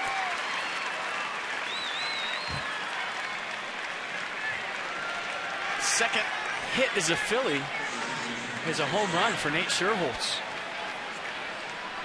So back-to-back jacks here in the 5th for the Phillies. First, Jimmy Rollins, then Nate Sherholtz. Loves the ball close to him, got a fastball in.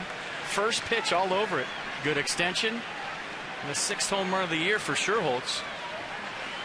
And major league hitters aren't impressed with 94 if it's over the inside part of that plate, not on the corner.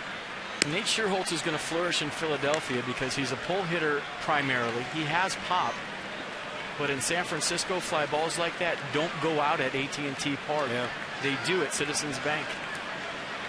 And here. Although that one might have went out anywhere. He got it. 2-0. Utley, Howard, and Mayberry now, the next 3 hitters.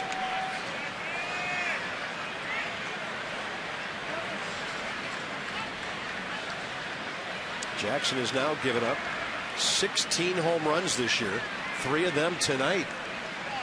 Jordan, Gio, and Steven. None of them will pitch in this series after Strasburg's outing last night. It'll be Detweiler tomorrow.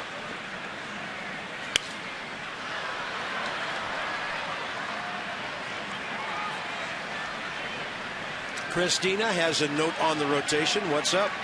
Well, Bob, Davey Johnson said today there'll be a change this weekend. Gio and Jordan Zimmerman will actually switch. Gio will pitch the nightcap. Jordan will get an extra day and pitch on Saturday. And the reason being he's had some inflammation in his shoulder. He's having trouble warming up. Davey said back in Milwaukee that it was about the first 10 pitches Jordan was having trouble loosening up. Okay, once he gets out on the mound, not a huge to-do about it, but he has been taking medication for the slight inflammation, and he'll get an extra day and pitch on Saturday.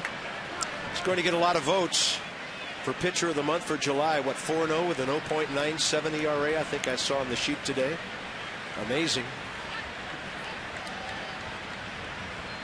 It was amazing to think that he had some tightness in his arm as he started his warm-up pitches in Milwaukee. And he came out in the first inning and was throwing 96 miles an hour. We usually don't see that from him until maybe the fourth or the fifth, if at all. Amped up, had his passless at 45 from Auburndale, Wisconsin. The whole town there. Had a little more to his fastball against the Brewers, pitching in Wisconsin for the first time. And a 3-2 pitch. Utley swinging at what appeared to be ball four, fouls it off.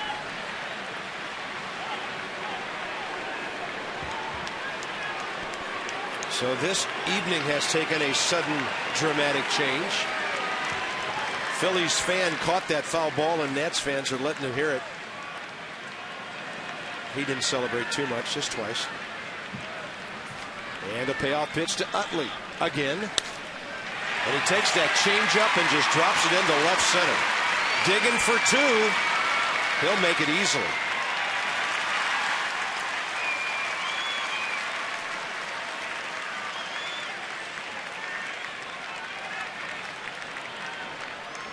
So homer double to start the fifth for the Phillies. Good piece of hitting here by Utley.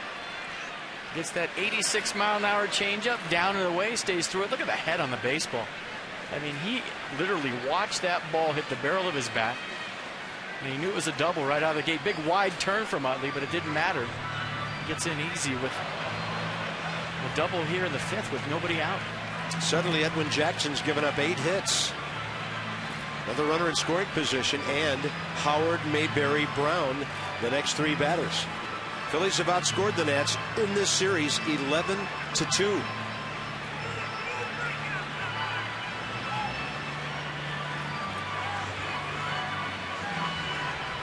Ted Barrett coming out to break it up.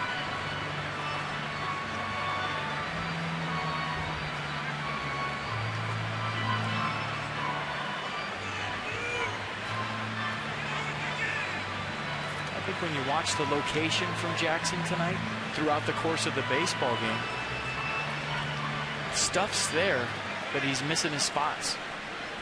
A lot of that happened to Steven Strasburg last night. When you're facing a team that can hit like the Phillies, you know, a couple inches here, a couple inches there, they'll make you pay. Ryan Howard has struck out swinging twice.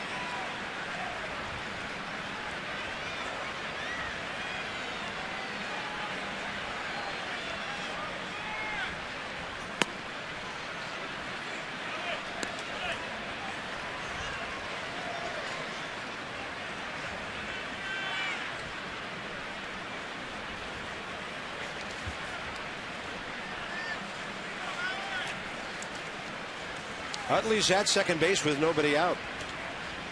Phillies about hit the Nats 8-5.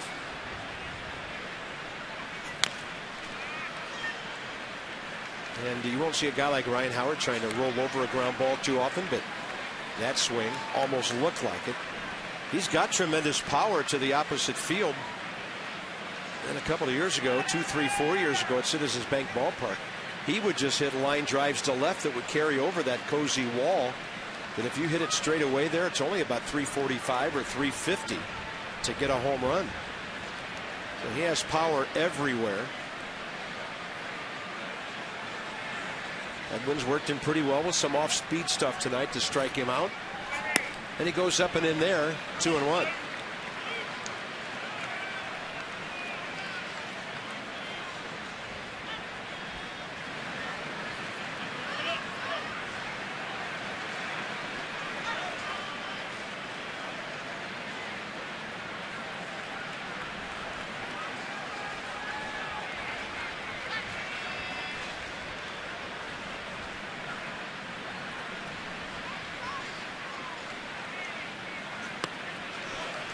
85 down low, ball 3. Mayberry, tough guy to double up, is next. In case Howard would walk. You start to wonder, maybe with back-to-back 7-inning outings for Jackson, where he threw 111 and 105 pitches, if that's having some effect on him here tonight, just with location. Stuff has been good. 94 on that one. Just kind of weird. It just seemed like the game changed as soon as he was thrown out at home. The Nationals, instead of leading 3-0, he got thrown out. Phillies got a home run immediately thereafter, and then 2 innings later, 2 more. And a momentum swing here. Well, he was all over the bases in Milwaukee, too, and he still had good stuff and still hit spots. Pitchers are in good shape. I feel like running the bases is irrelevant as far as how they pitch, unless it's really, really late in the game. 3rd walk of the night.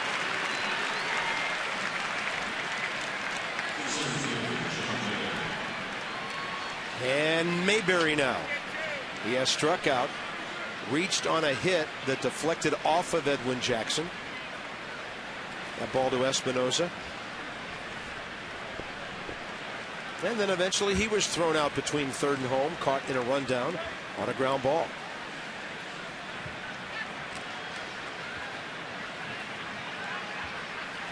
He's hit into 7 double plays this year, which is surprising. He does have good speed, but he is a right-handed batter, and that's an extra step or more to get out of the box. Edwin gets ahead.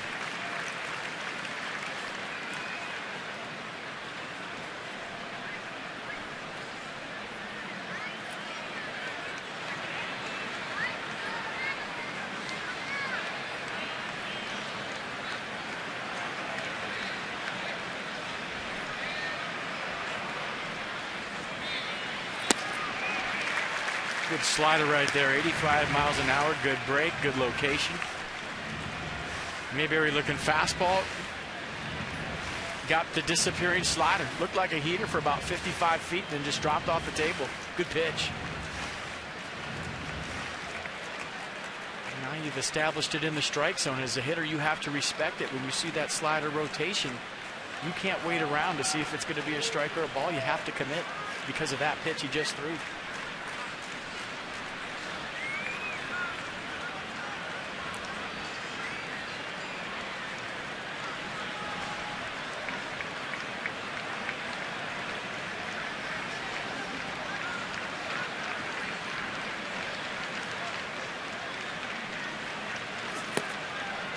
And the 0-2 pitch, low and away. Edwin had Jesus Flores restart the signs before that pitch. Chase Utley, one of the smartest guys in the league, at second base for a while now.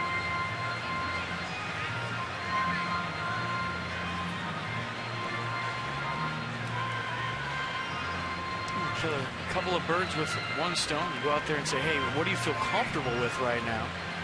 And if you feel like there's some monkey business going on behind you, you change the signs up.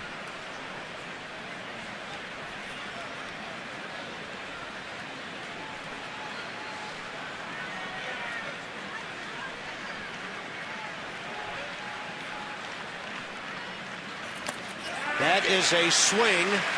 No need for a tag. First base occupied, and the big out for Jackson here in the 5th inning on his 5th strikeout. That's exactly what I'm talking about. He threw the slider for a strike 2 pitches before that. And Mayberry sees the rotation right here, and he can't wait around to see where that's going to end up. So he started to swing, couldn't hold up. But that was because of the fact that Jackson showed Mayberry that he could throw that slider for a strike early in the count, and he had to commit late. Now Dominic Brown, who twice has grounded out to Adam LaRoche.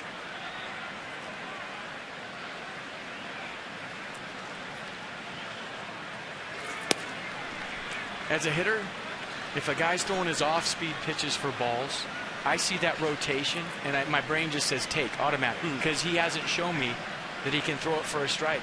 So you see that side spin coming out of a pitcher's hand, he hasn't established it, you just spit on it. You don't have to commit to it, you don't have to respect it as a hitter. But as soon as he shows you he can throw it for a strike, now you have the respect of, hey, I got to cover that pitch as a hitter. because he's shown me that he can throw it in the strike zone.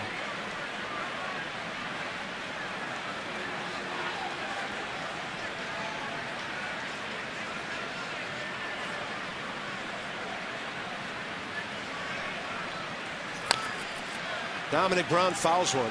Interesting scenario in Atlanta. The Braves are batting in the bottom of the fifth, and Carlos Zambrano has come into the game in relief. There are 2 outs. He has one of them.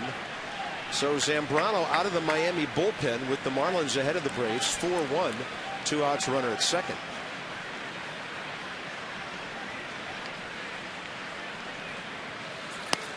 And I know that Zambrano's been in the bullpen, but the other guy was shutting down the Braves. And suddenly they're into the bullpen in the 5th inning. So Hasi Guillen is managing that game like they are going after the Atlanta Braves.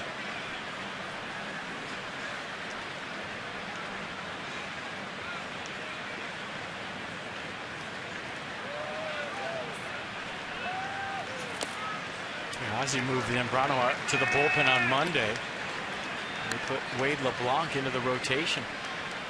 And maybe LeBlanc was under some sort of pitch limit or whatever. Zambrano only pitched an inning and 2/3 in Monday's 8-2 loss against the Braves. Okay.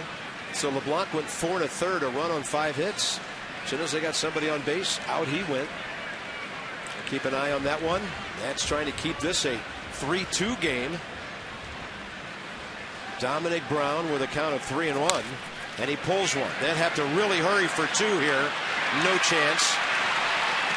Espinosa with that arm made it pretty close, and the Phillies will have runners at first and third, 2 outs. A good pitch right there by Jackson to get the ground ball from Dominic Brown. Just didn't hit it hard enough to turn the double play. 3-1 count. He went with off speed, got the grounder he was looking for.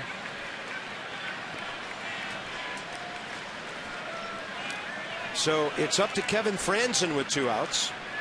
He's 0 for 2 with a pair of ground balls to Chad Tracy. One of them labeled a hit. Tracy robbed him back in the 2nd.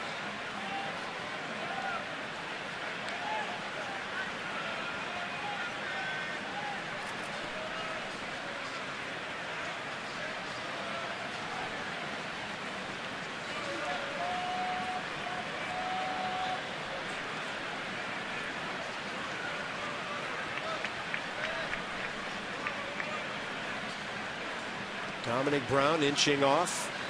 Medium lead so far.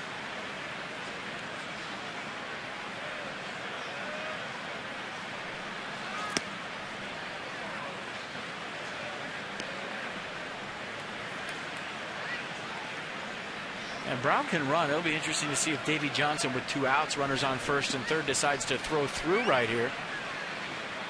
Should Brown attempt to steal? Smart base runner on third base and Chase Utley.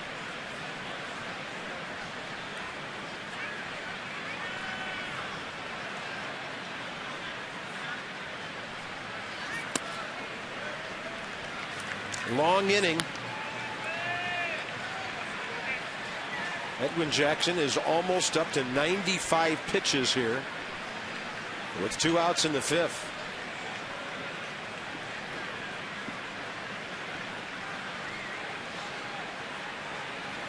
Started the inning with 65.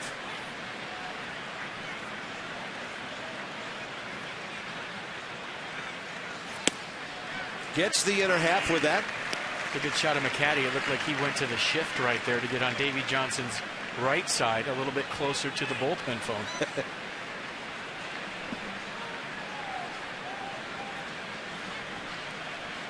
That's a big out. 3-2 ball game. Strand Utley at third base, get back in the dugout, get some knocks. This turns out to be a big hitter right now for Edwin Jackson. And that's to deep short. Espinosa scoops it beautifully to Lombardozzi. And for a defense that's been standing around for a long time, a good play to end it.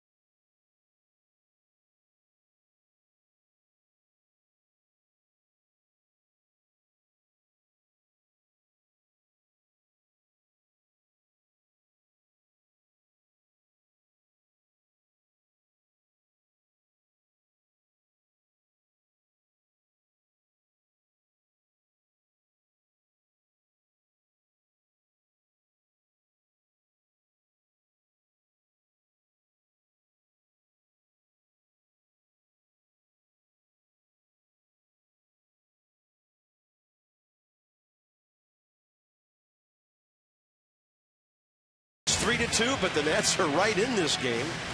They just haven't had much time of possession on offense.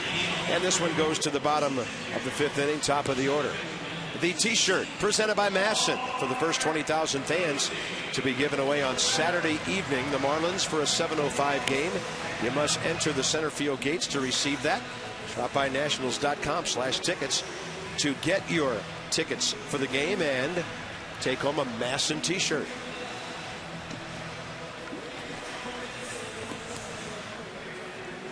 Lombardozzi, Harper, and Tracy. Nats haven't had a base hit since Tracy led off the 3rd with a single. So 6 in a row for Vance Worley, and we'll see how he reacts to being a front runner here. Lombardozzi's fly to center and bounced out to 3rd.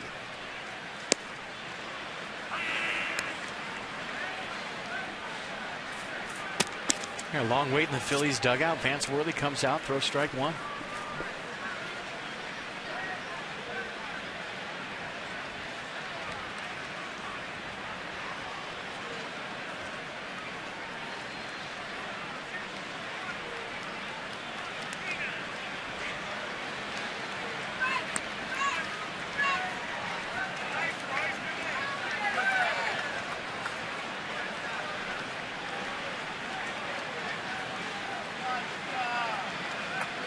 .50 split on the heater. And that's a fastball up. 2-1. I think when Worley's going good, that's probably his best pitch. That front door 2-seam fastball. He'll start on the front hip of a lefty. That one just a little bit high.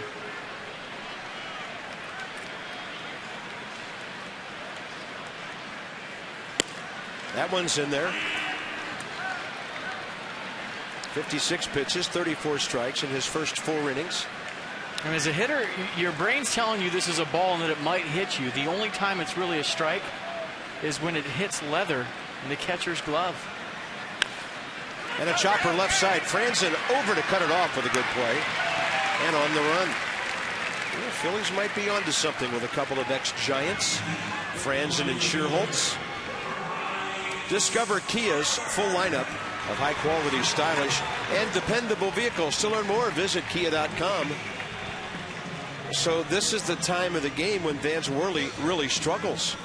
In fact, the 4th inning on, but he had a 1-2-3 4th against the bottom 3 in the Washington order. He hasn't been able to solve Bryce Harper. That would tell me 3rd time around the order he scuffles. So this time he drops in a breaking ball. Bryce has singled up the middle and cleanly through the left side.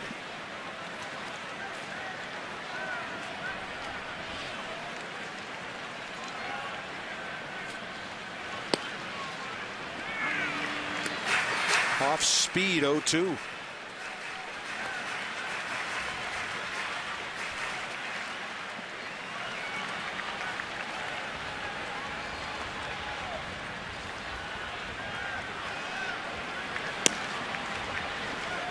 Pretty good job of trying to paint. As a hitter, a left-handed hitter, you get that front door 2-seam fastball. You have to force yourself to swing, and it goes against everything you've ever learned. A ball going to hit you, and you have to force yourself to do whatever you can to foul it off.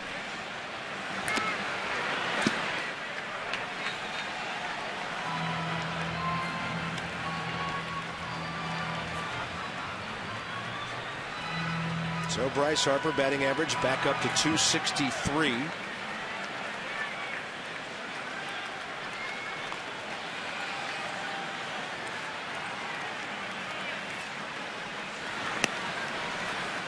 Counts even 2-2.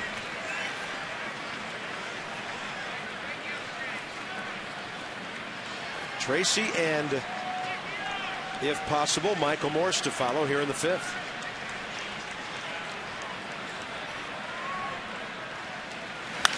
And Harper stings it again. Right to Chase Utley, though. Little shuffle to his left. And Bryce has had 3 really good at-bats tonight. Tracy, walk, a run, a base hit, and a spectacular defensive play. Chad Tracy activated yesterday, had a pretty solid pinch hit appearance, flew out to deep right field. How about the leather he shown at 3rd base? Ryan Zimmerman approves. Step and a dive, good throw. Walked his first time up. Sharp single to right a second, so Pretty eventful night for Chad Tracy. On base twice. He made a nice play at third.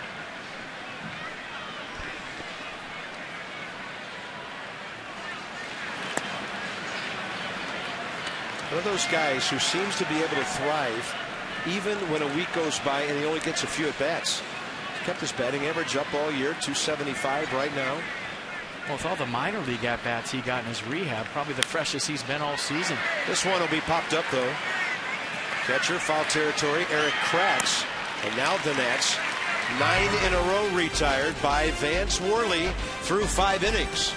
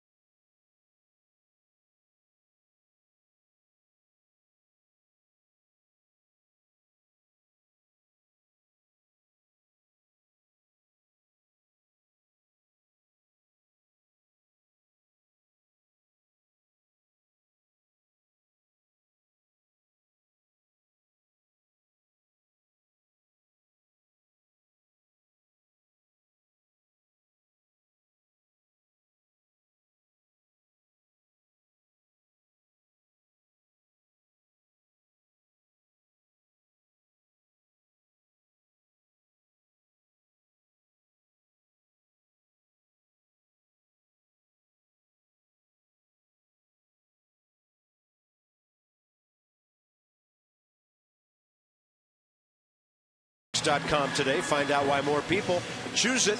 Our game summary brought to you by Cox. Jimmy Rollins' 8th career multi-homer game, and he has 3 of his 12 home runs on the year in this series. Bryce Harper having a good night, and so is Chad Tracy. All right, Jimmy Rollins with a home run to lead off the 5th. You can make the argument that in another ballpark he'd have 3, but he's 2 for 3 tonight with 2 homers. And there's the second one. So a home run on the 3rd, a home run on the 5th, and then Nate Scherholtz decides that's a good idea. I'm going to try that.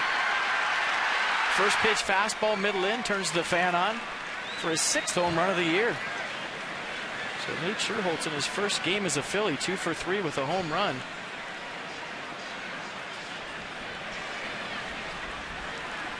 Edwin Jackson now about to throw his 95th pitch of the night. Kratz, Worley, and Rollins here in the 6th. Not a pitch up. Eric Kratz attacks. And Roger Bernardina catches it about 390 feet away. Phillies have had some success. First pitch swinging tonight. So Rollins the star. Scherholtz has 2 hits. So does Utley. The Nats have controlled Ryan Howard other than a walk. So the top 3 guys have done the damage here tonight. Worley a bunt, double play, and a swinging strikeout, and Michael Gonzalez is up.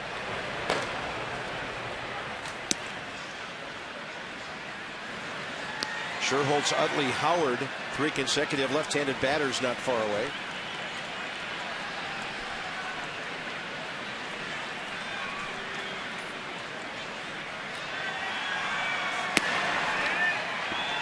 Two 2-0 to the pitcher.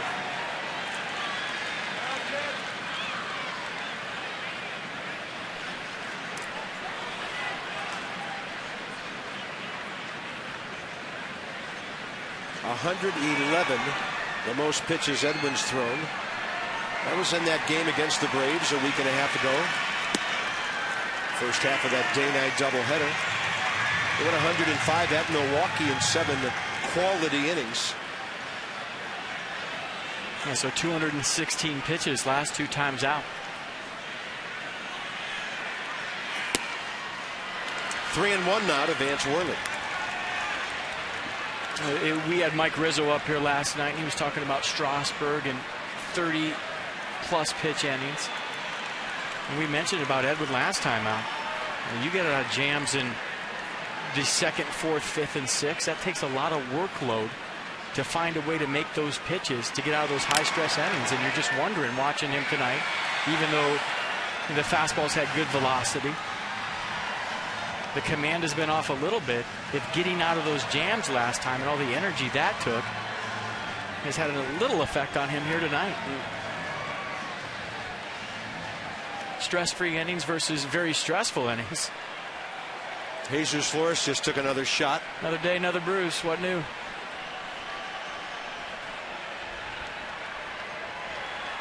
A glancing blow for a change. And a 3-2 foul.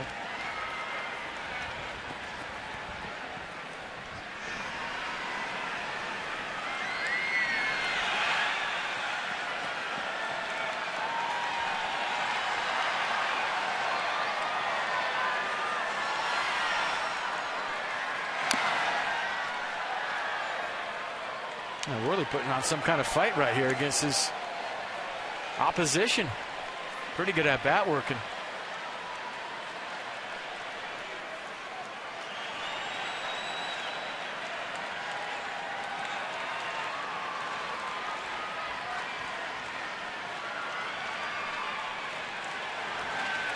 And a 3-2 finally gets him.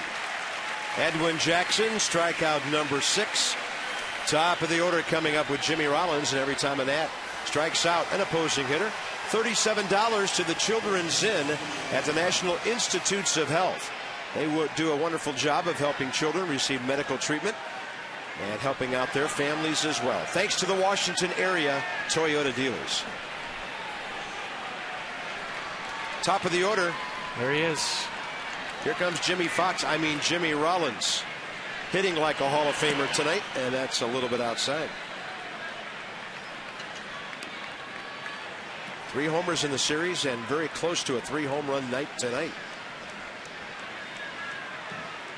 He really gets up on the plate to put himself in a position to pull almost anything. That's a strike.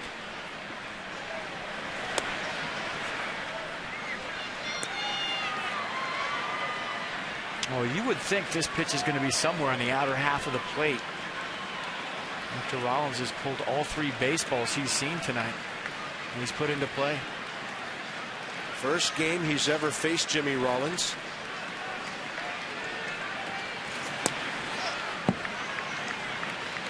Close was set up outside edge. That ball inside, and 3-0. I would think Charlie Manuel would give this hot hitter the green light here. 1-run game on the road.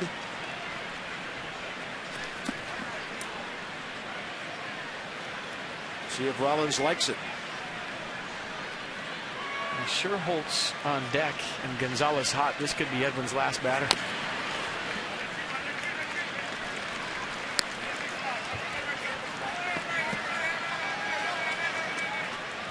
And 2 more after that, Utley and Howard.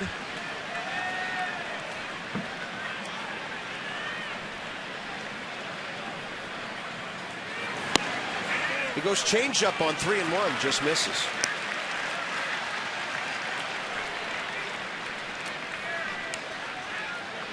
Davey Johnson has already signaled to the bullpen, and Edwin will be done after 5 2/3. He came within a whisker of registering, by the definition, a quality start.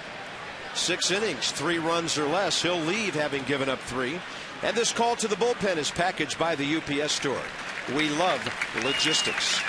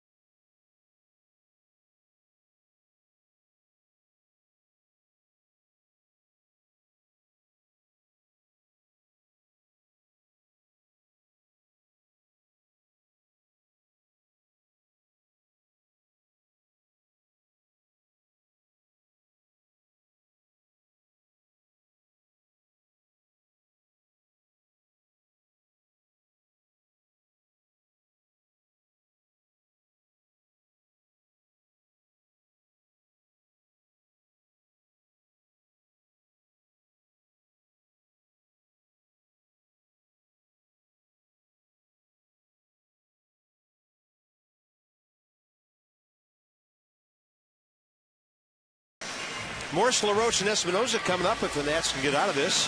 And if you were out of this D.C. area, you can check it out on MLB.tv. Everywhere you go, take the Nats with you. Online on your favorite device in HD quality. Visit Nationals.com to order and get more details. MLB.tv. Take us anywhere. So a big out to get in a one-run game with Michael Gonzalez. Jimmy Rollins, by the way, 17 stolen bases in 21 attempts.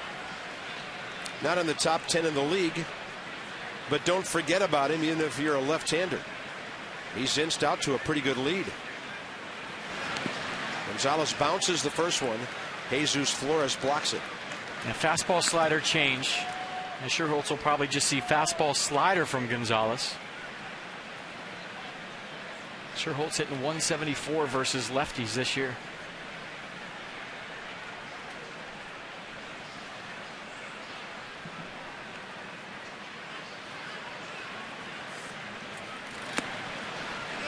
An offer and a take.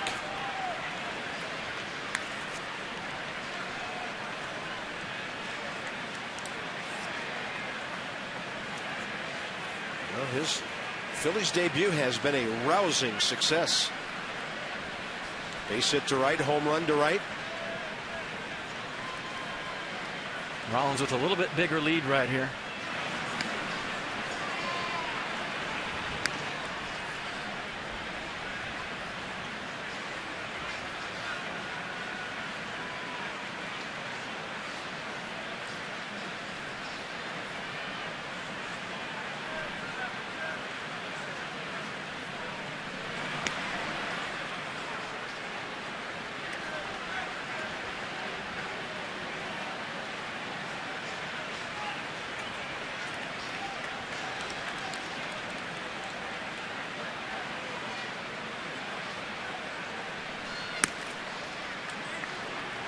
Now 3-0 with Chase Utley on deck.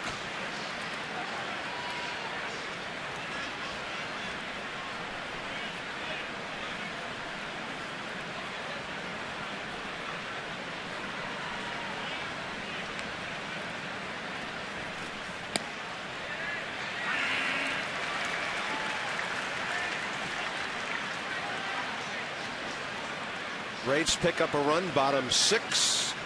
And still trailing the Marlins 4-2 in Atlanta.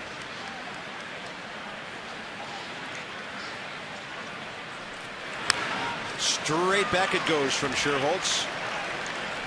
And it'll be a 2-out payoff pitch. Adam LaRoche will move behind Jimmy Rollins. Not too far back until the pitch is delivered.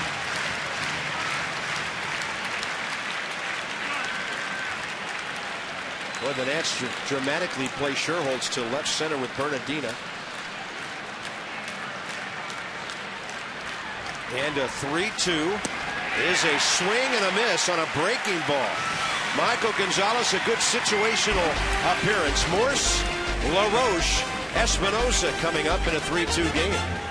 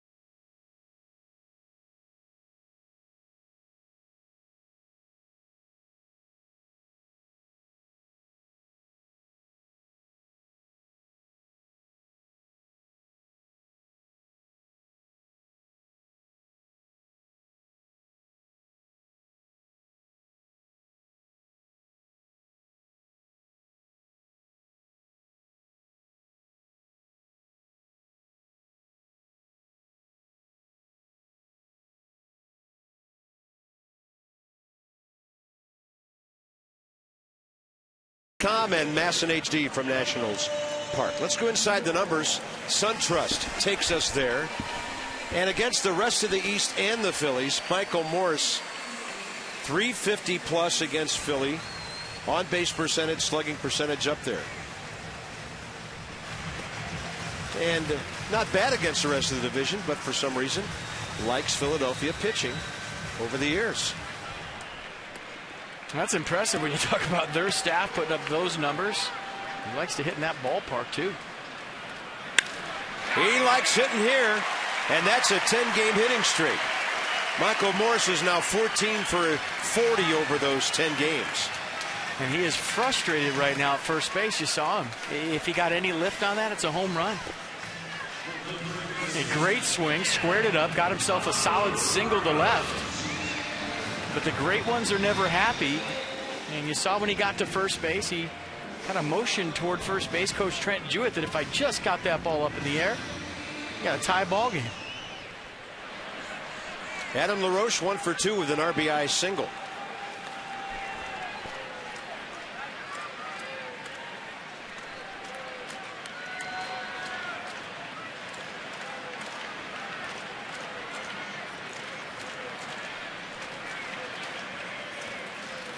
That was Washington's 6th base hit. Phillies have had 8.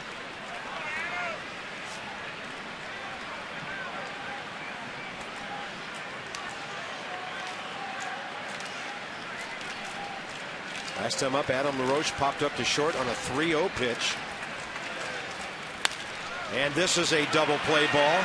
Utley, Rollins, and Howard. 4-6-3.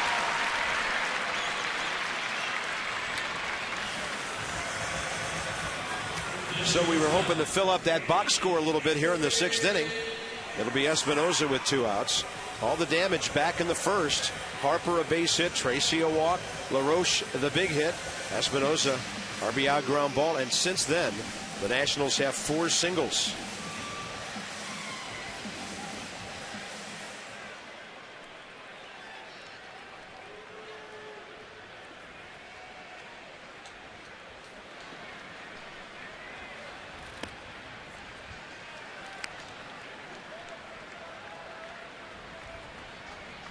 Danny 0 for 6 in this series and 2 for his last 24.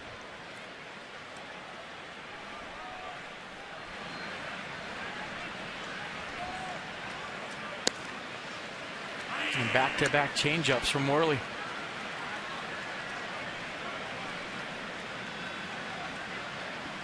Yeah, we showed you his pitch percentage a little earlier. 50% fastballs, 50% everything else. Mixing it up well. 91 on that one. 1 and 2.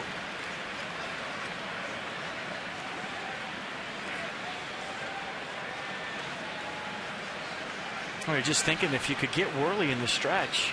He hasn't been in the stretch since the 3rd inning. Put some pressure on him. Make him pitch out of the stretch. Get some balls up. See what happens. And that hits Danny Espinoza. There's your stretch. Yeah, so for the 2nd time this inning, but only a pitch or 2 to LaRoche. So let's see if Roger Bernardina can get something going. Danny Espinoza hit by a pitch for a league, or rather team leading 9th time this year.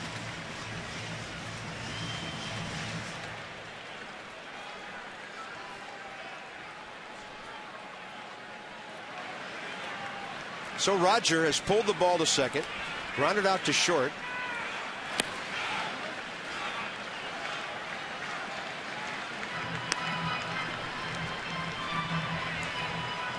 Well, there was a time earlier in the season when things were a little quiet offensively, but on a regular basis, this was the time of the game when the Nats started coming alive.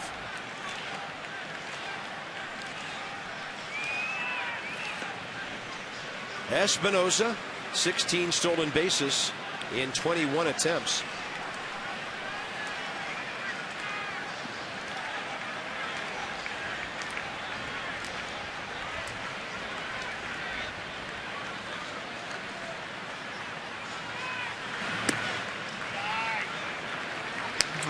pretty quick to the plate. 1-1, 1-2 guy. The guy's around 1-4, 1-5. You can steal a base. 1-3, you can time him up. But 1-1, 1-2, tough to steal second unless he gets into a pattern. Kind of comes set and goes to the plate the same rhythm every time.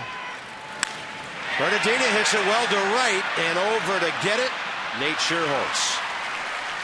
So the Nats have stranded 5 runners tonight, and this one 3-2 Phils into the 7th.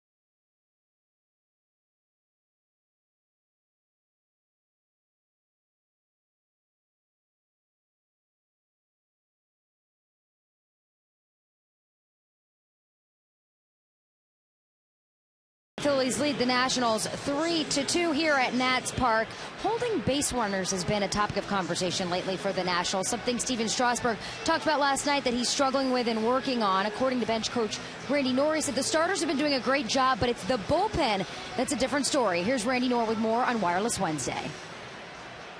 When we get to the bullpen, they're all high. You know, they take a long time to throw the ball. They're all 1.5s, 1.6. So we got to ask ourselves, do we want them to shorten up, speed up? But they might lose their stuff too, so it's just a chance we got to take with it. That I don't want them to speed up, quick pitch to home, and now the balls are elevated and it doesn't do them any good. Davey Johnson said today he's tried not to be too critical of his catchers. He says Flores is throwing good and Leon's got a great track record, but it's really the responsibility of the pitchers to handle it. Well, as we mentioned earlier, and that's our FCA sideline report. Visit FCA.org, the association for IT pros. You know, they give that catcher the caught stealing number, you know, kind of hanging it on the catcher. That's just a small part of that equation. Well, everybody in the bullpen, a 1.5 or a 1.6 to the plate. You look at the numbers, 35 for their last 36 in the last 42 games. Wow. But you know, to Randy Knorr's point, you start doing slide steps, you start quickening your delivery to the plate, then all of a sudden your stuff isn't as sharp as it usually is because you're rushing. You leave something up, you hang a slider. It doesn't matter whether the guy steals second or not. The ball's in the seats and guys are jogging around the bases. So that's the dilemma, right? He tries to throw over, keep guys close, one more pitch to give his catchers a chance. But we talked about it early in the season. You know, if a pitcher's 1.5, 1.6 to home and a catcher's 2.0 from the time he catches it till the throw reaches second base, and that's a total of 3.6 seconds. Good base stealers from the time they take off till the time their hand hits second, or 3.3 seconds. Michael Gonzalez to Chase Utley. Fastball up, counts even 2-2. So even a guy that's 3.4, 3.5 to second is going to be able to steal a base if your pitchers are slow to the plate. Not always on the catcher. Usually, more times than not, on the pitcher. Ryan Matthews.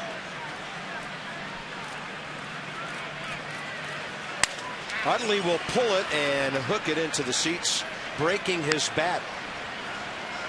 And you can throw over. You can slide step, which is what Randy's talking about, to where you don't want to sacrifice your pitcher stuff. You can pitch out. All things to control the opposition's running game. But in Davey Johnson's mind, You know, he'd rather his pitchers concentrate on the hitter and have their best stuff to get the opposition out the plate versus throwing guys out on the bases. And I don't really remember the Nats losing many games because of stolen bases or guys running around. It's going to happen here and there. Ryan Braun made a great base running play in a ball game in Milwaukee the other day, but that was a ball in play. The Nats are doing the solid things they need to do to win games, and that's pitch well and defense well. Bryce Harper on his way in for this one. Off the bat of Chase Utley's 7th inning underway. Play with a few good closers. Rob Nen, one for instance. You know, he would say, well, when you start stealing home on me, then I have a problem. Well put.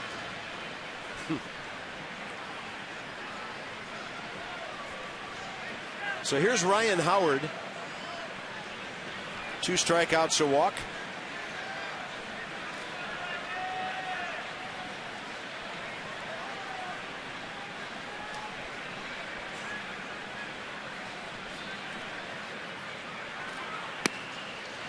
Michael Gonzalez right in there with 93. Right-handed hitting Mayberry coming up next. The pitcher for the Nats due to bat second in the bottom of the 7th.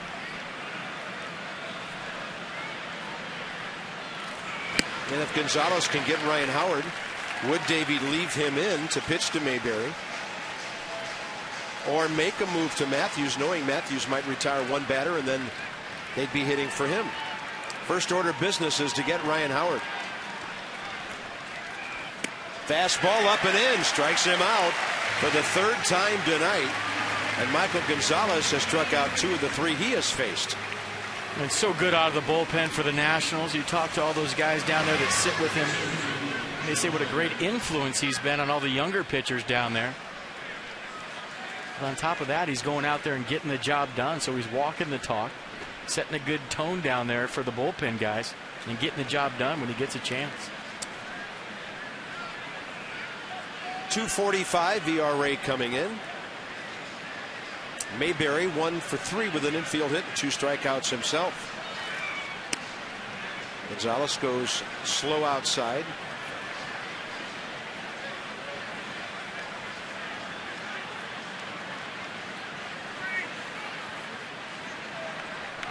Michael looked back at his landing area there. I think when the team's at home, his landing area is Reagan Airport. He is all over the place and ends up pretty far from the pitching rubber. 1 ball, 1 strike. Extreme third base end of that pitching rubber embedded in the mound out there. Screech wants a third out here. Get this thing to the stretch.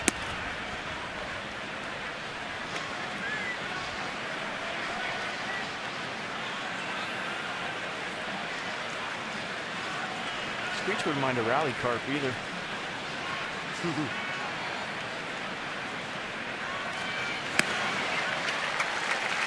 78. Wow, that's 15 miles an hour slower than the 93 we've seen. Quite a difference. I mean, it must be a rough at bat when you have a guy like Gonzalez who's all over the place, falling off the mound, falling at you, ball comes out last. You talk about deception and delivery and how key that is. It looks like he's going to charge the hitter upon release.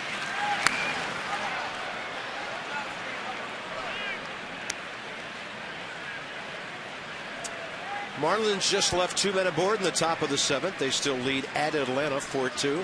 So they've arrived at the 7th inning stretch. Nats are 2.5 games up on the Braves, who've won 7 straight.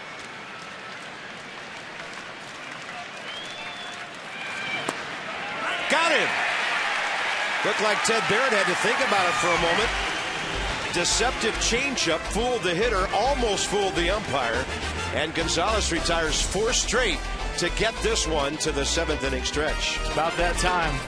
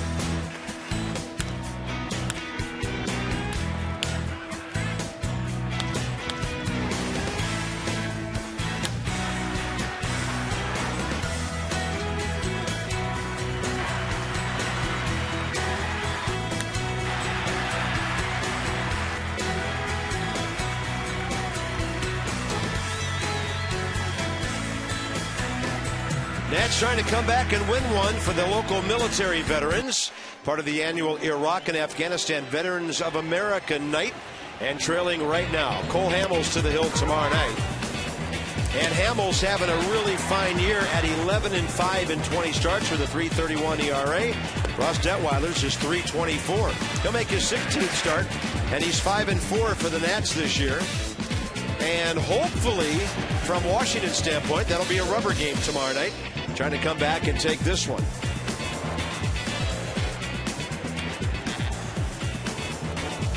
Pretty good matchup tomorrow night. Cole Hamels, Ross Detweiler. Cole Hamels, Bryce Harper. I think Cole Hamels will have a warm welcome when he takes the mound here at Nats Park tomorrow night.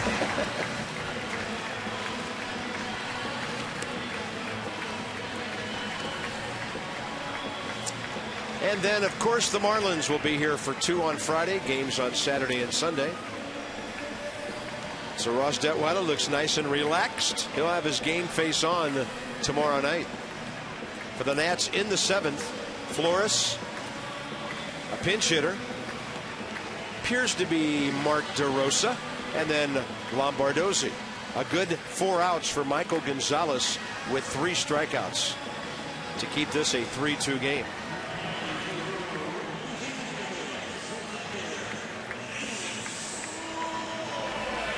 Jesus Flores 0 for 2. Fly ball to center, ground ball to third. And for Vance Worley, he's averaging 13 pitches per inning. 79-6, 48 strikes.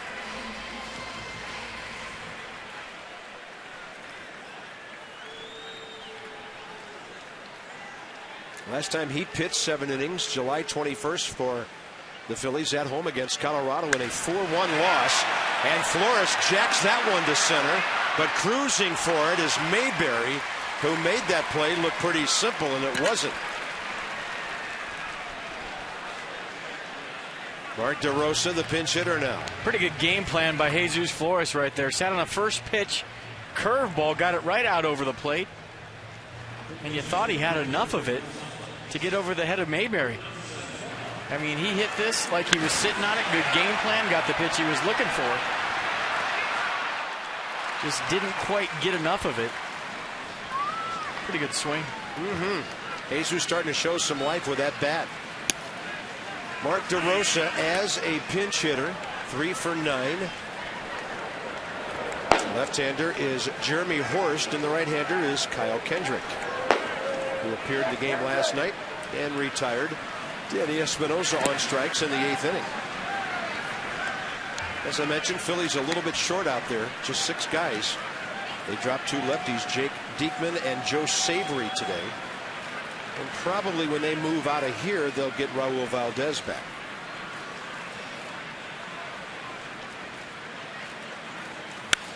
And DeRosa will pop it up right side. Chase Utley under it. And 2 quick outs for Worley here in the 7th. Vance Worley at 83 pitches right now, so he's got plenty left in the tank.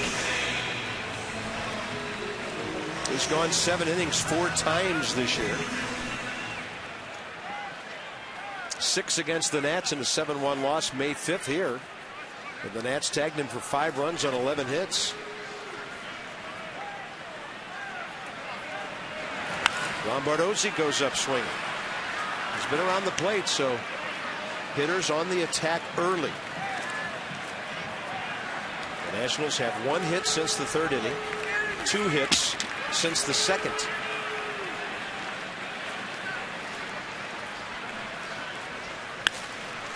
Lombardozzi with the ball flirting with the line down there, but foul. Pretty good catch. Made it look easy.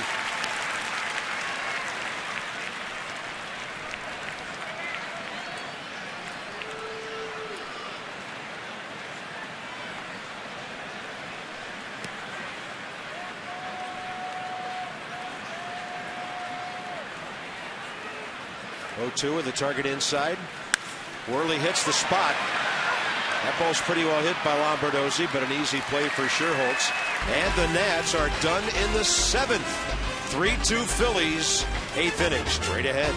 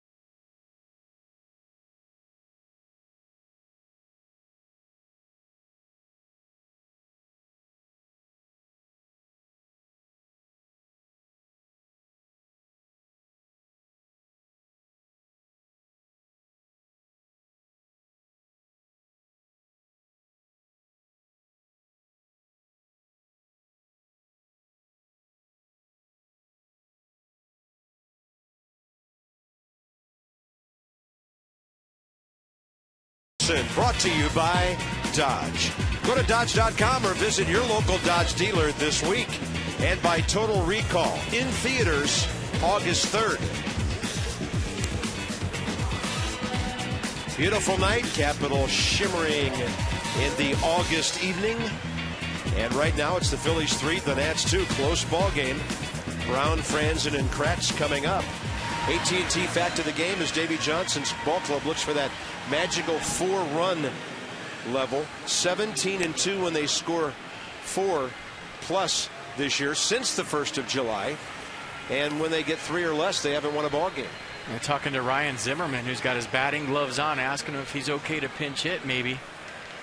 If some runners are on next inning, or if the pitcher spot comes back around the 9th. You know, and that means every game the Nats won in July, as they went 17-9, they had at least 4 runs. So that's the magical level. Dominic Brown, Kevin France, and Eric Kratz for the Phils. Ryan Matthews.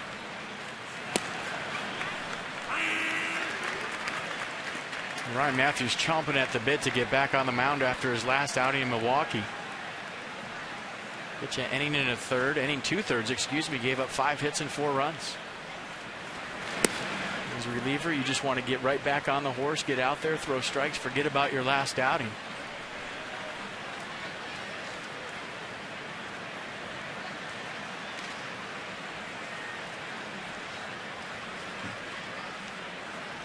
But just to show you what kind of team guy he was the first guy on the top step to greet Michael Morse. He told him, way to pick me up. And yeah, not worried about his numbers, not worried about blowing the lead a couple of times, just worried about his ball club winning the game. Now the right-hander is Josh Lindblom with Antonio Bastardo.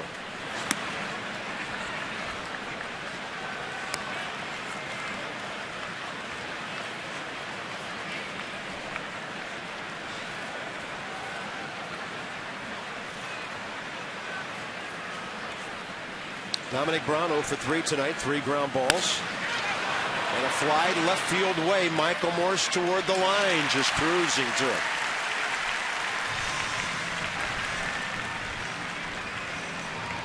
Sean Burnett for the, well, whenever the Nats need him. I would say usually for the 8th. But this one in the 8th. Right-handed hitters, Franzen and Kratz coming up. And maybe he's for Jimmy Rollins. Davey Johnson might want to turn him around right-handed after the night he's been having left-handed. Jimmy Rollins right-handed this year, hitting .219. And then Sherholtz, Utley, Howard, lefties to follow. And a bouncer. That is fair. Grabbed by Chad Tracy, who's showing off quite an arm tonight. After that great play he made back in the 2nd, that was a pretty good rifle right there. Just wing it over there, make the play. Michael Morse bobblehead presented by PNC Bank. Sunday against the Marlins, 1:35 game. You must enter through the center field gates to receive that promo item, which is really realistic. We could not tell the difference tonight between the bobblehead and the real thing on a split shot. That's right. And you won't either, because the real bobblehead is 6'5". So bring your pickup truck to the ball game on Sunday. The DC zip cars aren't going to do you a whole lot of good with that one. Eric Kratz 1 for 2 with a base hit, intentional walk and a fly ball. Good play at home to block the plate from Edwin Jackson, who was thrown out ending the 2nd inning on a base hit by Bryce Harper. Great throw from left field by Dominic Brown. The Nats at that time had a chance to lead 3-0. Pretty big play in this ball game.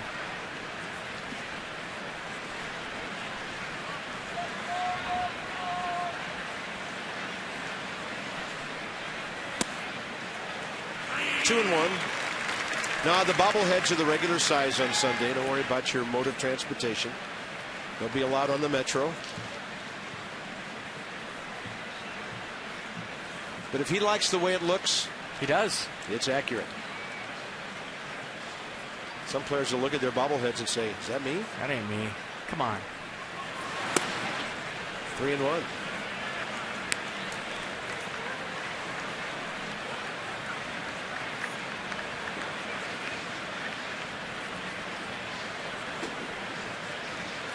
former Nat Lance Nix for Worley, who's thrown only 86 pitches in 7 innings. But if the third out's made here, we'll see if he stays. There was a time when a pitcher at this stage of the game had to get himself in some kind of trouble to be taken out. It's not that way anymore. He gave us 6, he gave us 7, time to go to the bullpen. I think a lot of managers want their starters to feel good about their evening, and they take a chance when they extend them for them to turn a really good evening into a bad feeling when they leave. You know, Davey Johnson does that a lot. Jordan Zimmerman will throw 6 innings, and he wants his pitcher to feel good about the night. You extend him that next inning, he gives up 3 or 4, then you take a really good night, a good outing, and a good vibe, and turn it into a bad one. And Worley is just 24, so he kind of fits into that group. I just wonder if a couple of years from now, Davey or the Nats will worry less about how they feel and turn them loose and say, hey, go as far as you can. Maybe that process starts happening when you're in your mid-20s. But there are still some guys on this club that have never played seasons as long as they're playing now. Right. Think of what Mike Rizzo say. Strasburg's never thrown more than 128 innings in a calendar year. Never played a full season at the major league level. And other guys not far removed from that sort of thing at these ages. 3-2, and Matthews on that heavy sinker will strike out Eric Kratz. And here come the Nats with Harper, Tracy, Morse, and Ryan Zimmerman lurking somewhere. Nice bounce back for Matthews.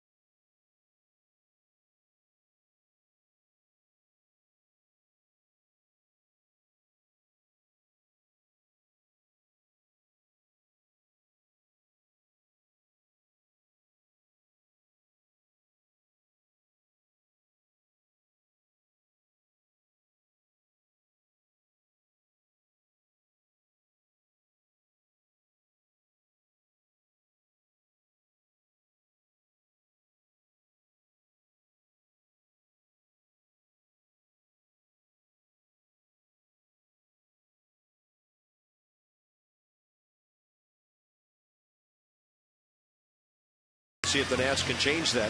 Against the Phillies bullpen, this copyrighted telecast is presented by authority of the Washington Nationals and may not be reproduced or retransmitted in any form, and the accounts and descriptions of this game may not be disseminated without the express written consent of the Washington Nationals.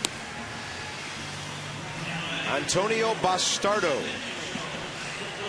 2/3 of an inning in the 8th last night. He flied out Lombardozzi and struck out Bryce Harper.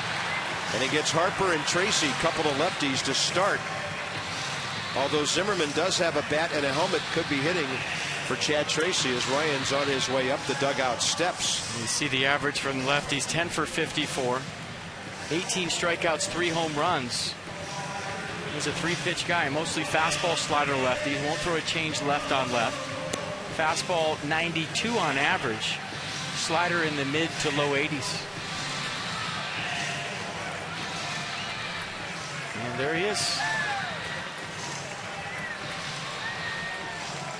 Probably hitting down the cage for a couple of innings, getting that back loose.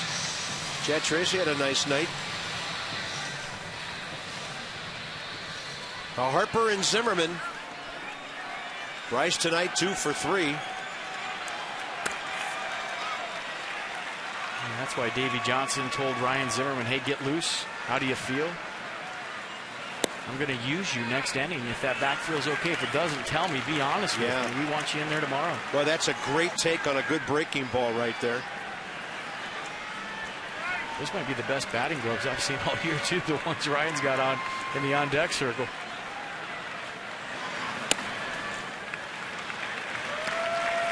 The fashion police, check those out. Stars and stripes on the batting gloves. Those are sweet. You're a grand old glove. You're a high-flying glove. How about that? Those are awesome. 2 balls, no strikes to Harper now. Taking all the way, ball 3. Could be the only man Bastardo faces. With Zimmerman, Morse coming up, and a right-hander ready.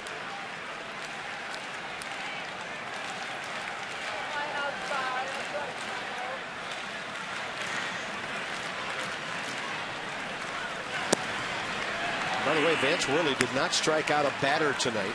Walked 1, 86 pitches, 54 strikes in 7 very efficient innings. Yeah, did a nice job of mixing up speeds, pitching backwards when he was behind in the count, throwing off speed. Pretty good outing. 3-1 now. Bryce in the air to right. Having to come in, way in is Sherholtz, and that ball is caught by the sliding Nate Sherholtz. What a play. And he and Franzen, the brand new Phillies, have had a big impact on this series. Yeah, Sherholtz playing no doubles, meaning nothing could possibly be hit over his head. 3-1 count to a guy with some pop, so he's playing deeper than deep to start this off. Has a long way to come, and Bryce Harper, about 3 steps out of the box, realizes this has a chance to drop. See how deep Sherholtz was playing, all the way into right center field. So a long run for a guy with good speed, makes the slide and catch, looks it right into his glove, sorta. But a great play from Sherholtz. That's runner on second, nobody out in the 8th. So Bastardo pulled. Zimmerman announced as the pinch hitter. The Nats still down by 3-2 here in the 8th.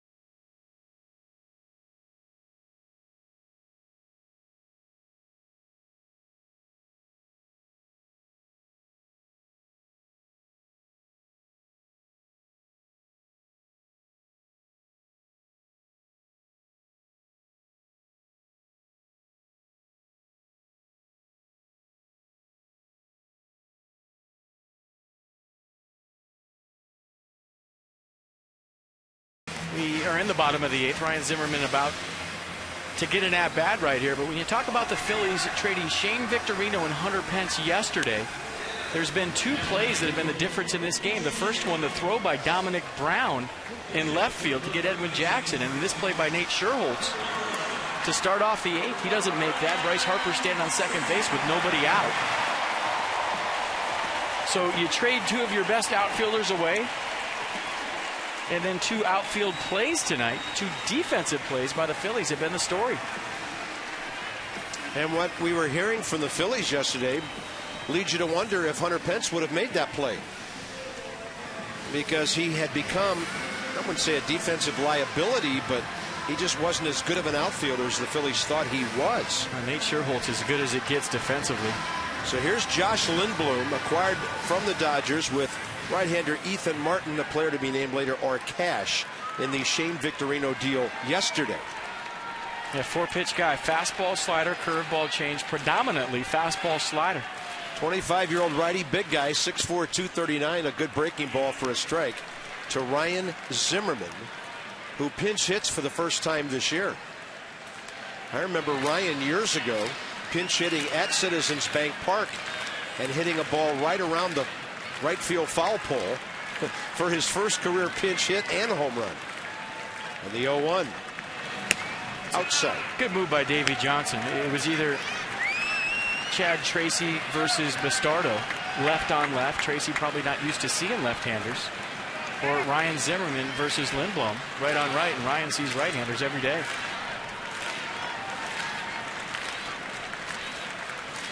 One pitch. Up and in.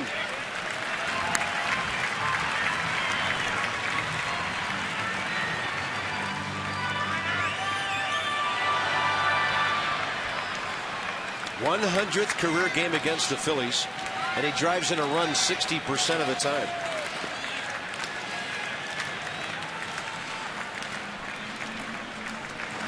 Breaking ball, bangs it up the middle, base hit. The pinch hitting thing is easy, isn't it? Ryan's aboard. The Nats don't have a very long bench, so he had to feel good enough to swing the bat, stay in, run the bases, and then play some third base as well. Well, a goon squad role reversal for you. Chad Tracy starts. He gets pinch hit for by Ryan Zimmerman. He walks up and slaps a single to center. That'll bring in Michael Morse.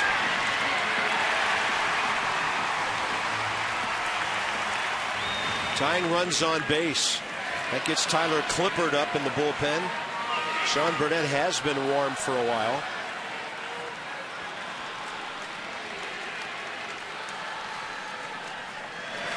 And Michael goes up hacking. Look at that ball spinning. A couple more bounces might have come back fair. Hit that right off the top of that cupped barrel. So the one advantage the Nationals have right now, with the Phillies in a no doubles defense, playing a little bit deeper than they normally would. A ground ball through the right side, a ground ball up the middle might allow Ryan Zimmerman to go first to third. Left-hander LaRoche on deck. Horst, their other lefty, is ready. Outside to Michael. 1 ball, 1 strike. Little cut on that fastball, 92. Yesterday, the Phillies had 4 lefties in their bullpen. Today, they have 2.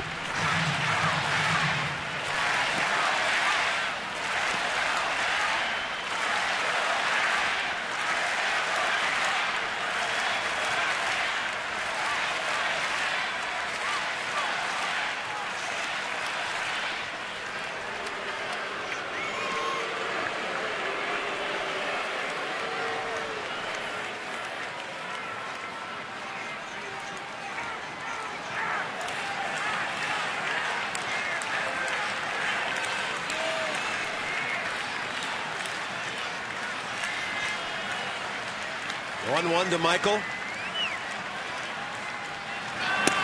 That's a breaking ball that comes back in. The count's 1-2.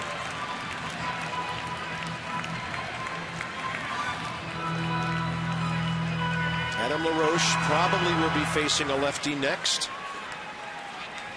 You know what the Phillies are looking for with 1 on, 1 out. Michael with a 10-game hitting streak extended with a solid single to left field 2 innings ago. Target is in. And they throw it by him. 93 for the second out here in the 8th.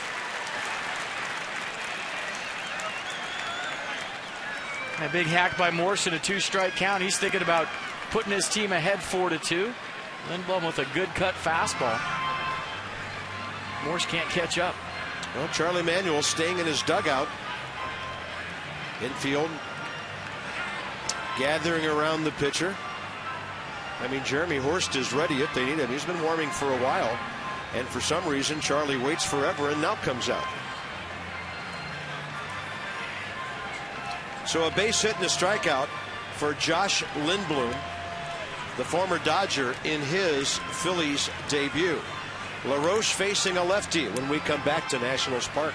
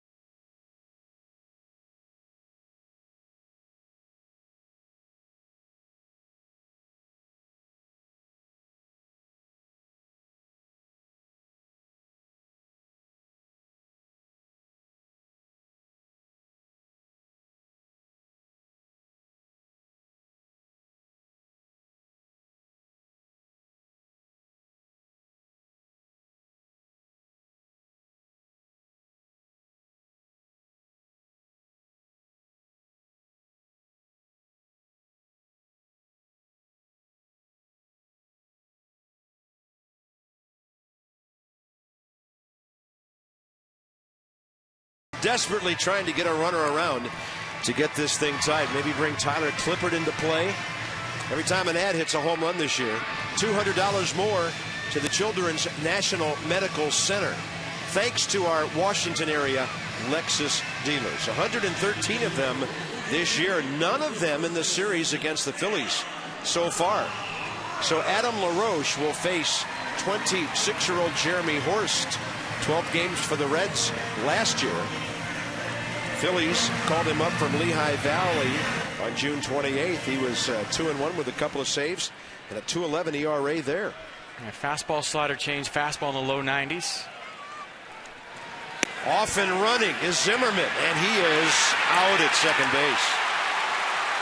Inning over. On to the ninth. It's 3-2 Phillies still.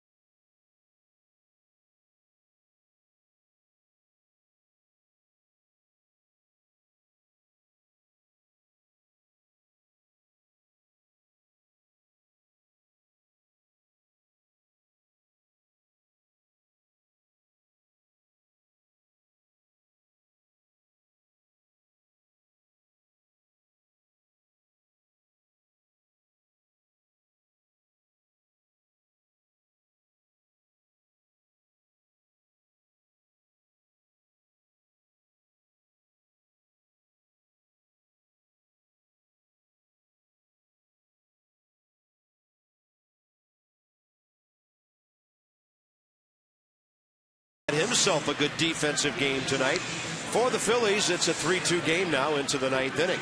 Mid-Atlantic Sports Report back tomorrow, 5 to 6:30. Tom Davis, Mel Antonin, Phil Wood, and Dave Johnson. All your latest Nats news and headlines. When's the last time the Nats were this good?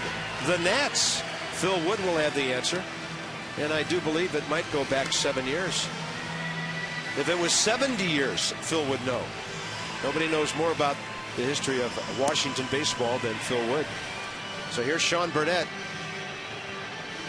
Phillies will hit Ty Wigginton against him to start the ninth inning, and then the top of the order. A three-pitch guy, two-seam fastball in the low 90s, slider change to go with it.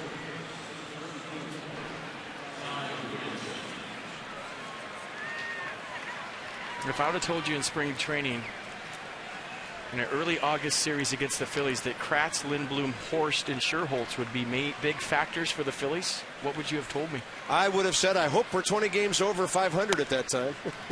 All good big league baseball players, all good big league players, but names that you're not familiar with the Philadelphia Phillies. Ty Wigginton, 2 for 13 with an RBI as a pinch hitter this year.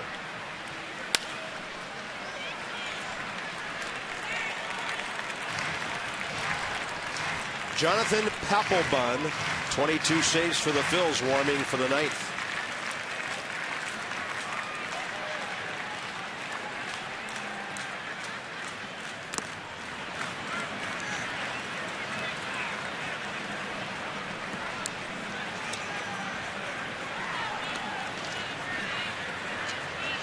A situation that Sean Burnett not very familiar with, coming in with his team behind. Ty Wigginton, career against Burnett, 1 for 2 with a walk.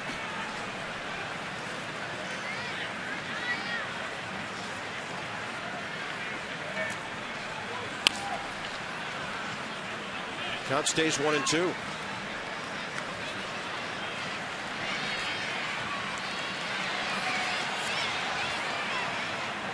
Meanwhile, in Atlanta, the Braves just went out. Bottom of the 8th. Marlins 4, Atlanta 2. And a 1-2 from Burnett, well outside to Ty Wigginton. This guy's always had a lively bat, but he's made 12 errors this year. 34-year-old third baseman.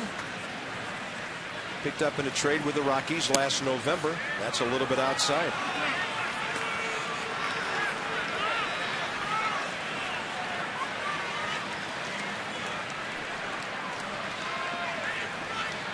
The damage doing Jimmy Rollins is next. He'll be hitting right-handed.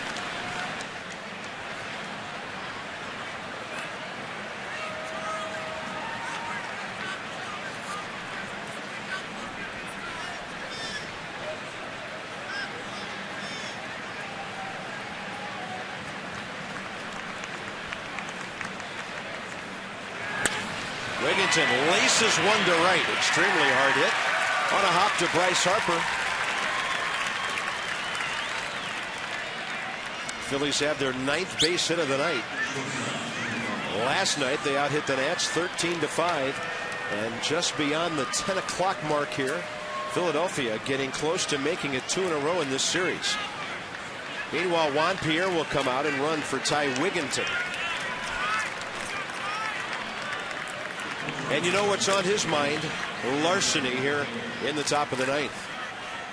And Jimmy Rollins just looked down at Juan Samuel at third base, and he gave him the swing away sign. So if you're thinking about a bunt right here by Rollins, if he does it, it's going to be on his own.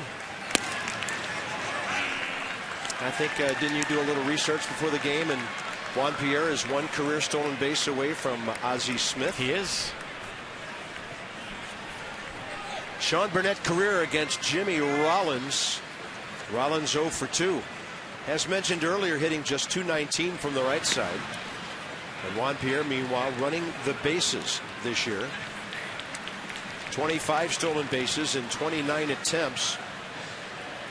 And he is 7th in the National League, actually tied for 6th with Jose Reyes. That'd be for 21st place all time at 580 stolen bases. He's the active leader. 579. And Juan Pierre is 29 years old. He's got a chance to steal a couple hundred more. There he goes. Good jump. Flores, no shot. Throw was short. And Juan Pierre checks in. Scoring position now, nobody out. Stolen base number 580 for Juan Pierre. Ties Hall of Famer Ozzie Smith with that bag right there. Got a great jump. Went first move on Burnett. No peek back. Straight steal all the way. Beats the throw from Flores. So a tie for 21st all time between Ozzie Smith and Juan Pierre. There it is.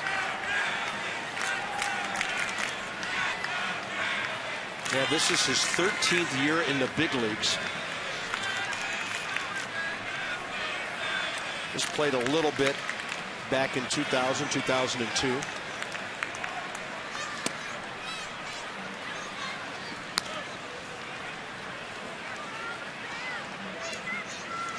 be a big insurance run for the Phillies if they can score here in the 9th with Adam LaRoche leading off the bottom. And I'm going to claim some really bad math on Juan's age. He's in his 30s easily.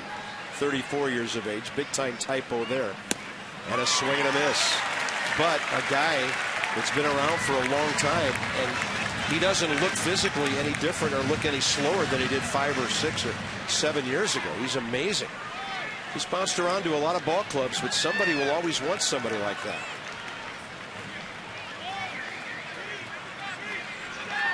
Two balls, 2 strikes. And a look to get him back to second base. And sometimes that's all you need to do as a pitcher is that inside move right there that Sean Burnett just did, because you can't go when he lifts up his leg. He shows you that. Now you have to respect the fact that he could spin inside and come to you at second base. So little things like that to keep runners close. The responsibility more times than not falls on the pitcher.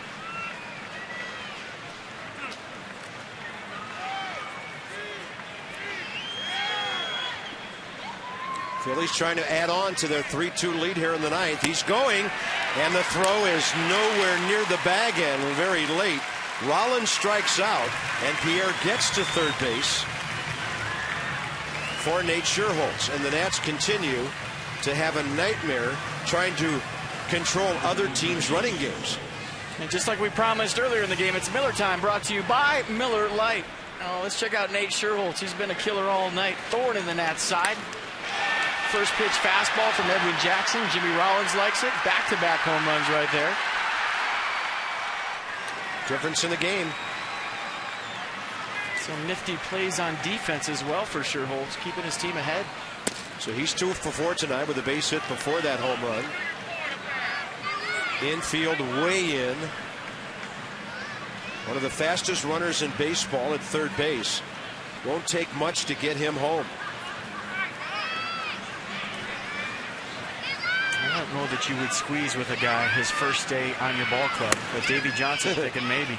Yes, he did. And the reason, well, number one, Scherholz not a good bunter. He's an average bunter, but not a guy you'd squeeze with. And number two, does he really know the signs yet? He just got here today. And a ball lifted short left field. Michael Morse. And even Juan Pierre's not going on that one. 2 outs. Big out.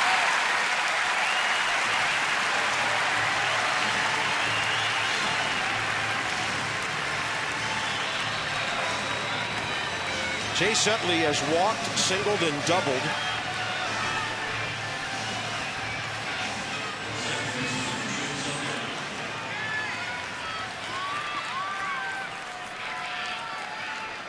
And again, Sean Burnett, Chase Utley, career 2 for 9 with a home run.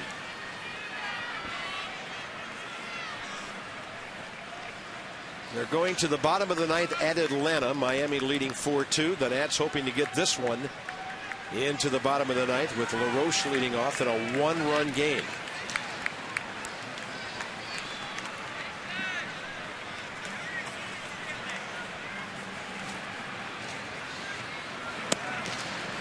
Utley was still kind of taking some practice swings as Sean Burnett went into his delivery there.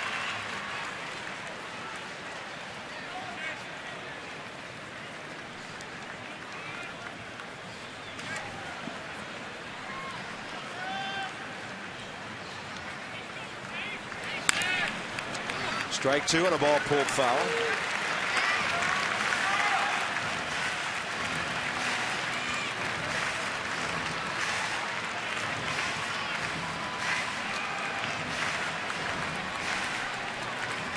If we're looking ahead to the ninth, Papelbon's 22 of 25 in save opportunities.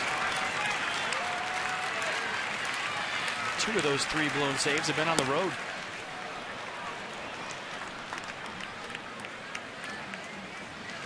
Yeah, and all 3 of those blown saves have come in his last 14 games.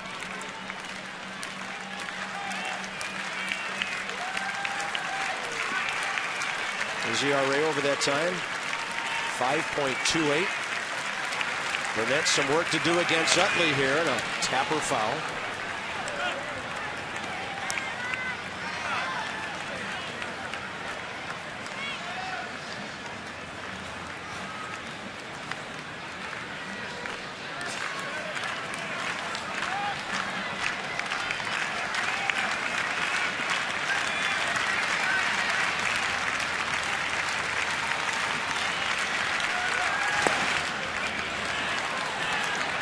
Pretty big luxury for any pitcher for the Nationals with a big run on third base to be able to throw whatever you want down in the zone, to know that Jesus Flores is going to keep it in front of him and it's not going to go to the backstop.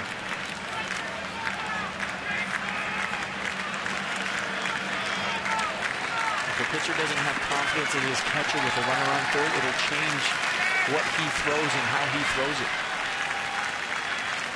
2-2 pitch, and it won't stay fair.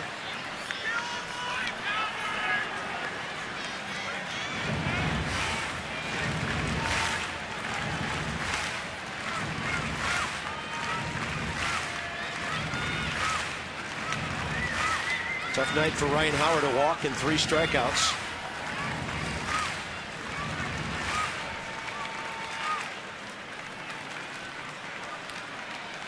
And one of his biggest fans right behind him, evidently. I mean, you know, you see that thing and it's like, am I believing what I'm looking at there? Is this a Godfather? And a ground ball right side. LaRoche comes off the bag, and Burnett goes screaming to the bag. Well done. It'll be Adam LaRoche, Danny Espinosa, Roger Bernardina, bottom of the ninth, straight ahead.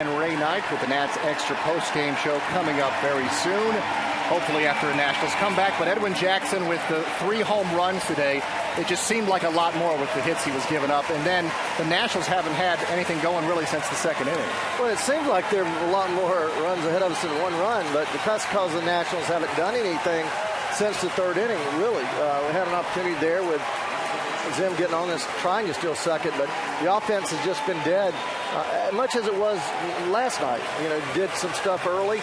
2 runs out of the first 3 hitters scored, and then from that point on, only 4 base runners all night. Well, that's the good news, too. It's just 1 run, Bob and FP, so see if LaRoche can get something going, and we'll see a little bit later on. All right, hopefully it'll be a little while. Byron and Ray after the Nats can rally here against Jonathan Papelbon, who has 22 saves on the year, but as FP chronicled, and I identified the ERA lately, struggling a bit over the last 3 to 4 weeks as the Phillies close it. Yeah, 3-pitch guy, fastball, slider, split. Is throwing more splits this year than ever, almost 24% of the time. That's in the upper 80s. And fastball throwing a lot too, 71% of the time. That's averaging 94 miles an hour. Doesn't throw the slider very often. Last year 10% of the time. This year 5% of the time. So predominantly fastball split is what Adam LaRoche will see from Jonathan Papelbon.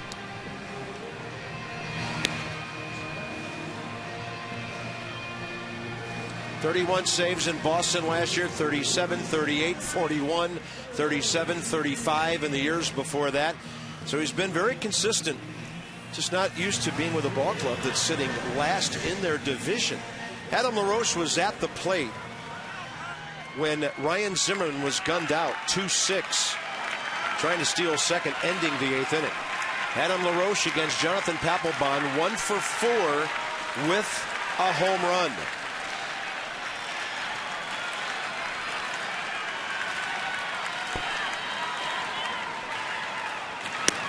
And he goes inside for ball 1.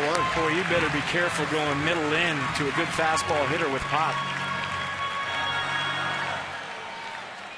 LaRoche 19 home runs on the year. 62 RBIs with an RBI single here tonight. Adam got a good cut on a pitch up. In the bottom of the 9th at Atlanta, Michael Bourne pinch hitting, walk leading off.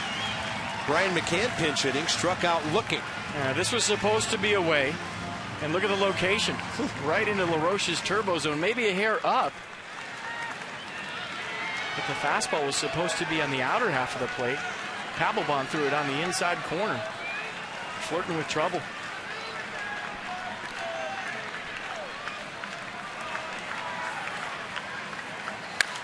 And LaRoche will pop it up. Jimmy Rollins into the short part of center field for the first out. Nats Extra Post game presented by WB Mason with Byron Kerr and Ray Knight as soon as this one's over. And according to what I'm looking at, Martin Prado just grounded into a double play, and that game in Atlanta is over. The Marlins have beaten the Braves 4-2. Nats trying to stage a comeback to win this one or get it into the 10th. Danny Espinosa 1 for 2 with an RBI ground ball.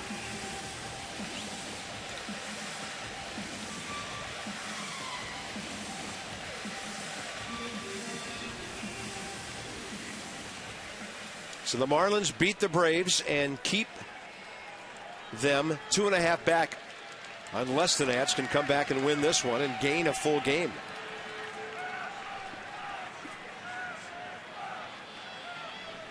Espinosa's never faced Papelbon, and that ball's over but low. Cole Hamels, Ross Detweiler tomorrow night. 6:30 Nats Extra. First pitch 7:05.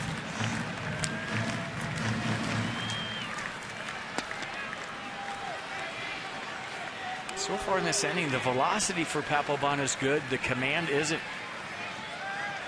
He hasn't hit a spot yet.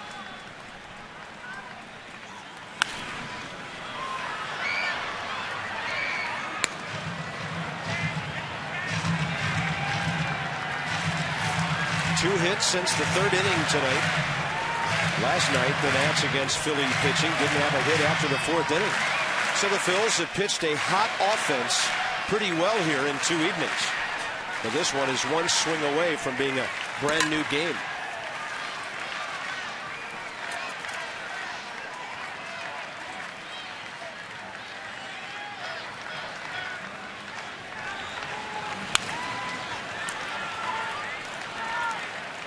Good two-seam movement down in the zone, 95 miles an hour.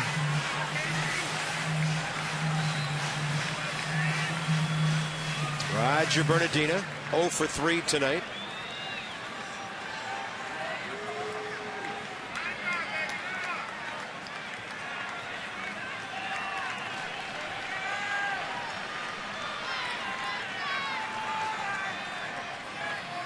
Papelbon taking a long time here. Espinosa, I thought he'd step out. Well, he's been throwing the fastball a lot recently. And he shook off the split twice right there to get back to the heater. Let's see what they decide on.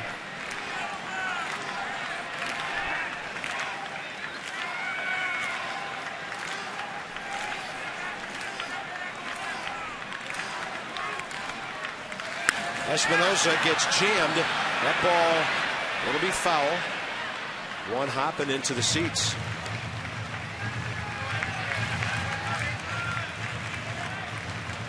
I thought that broke Danny Espinosa's bat, and he's not even checking right now.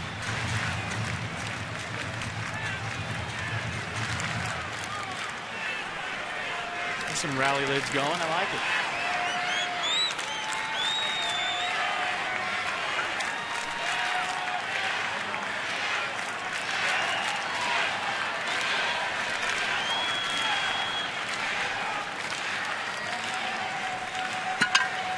One ball and 2 strikes. Espinosa, left center. This ball's got some carry, and it is caught at the base of the wall by Dominic Brown. 2 outs.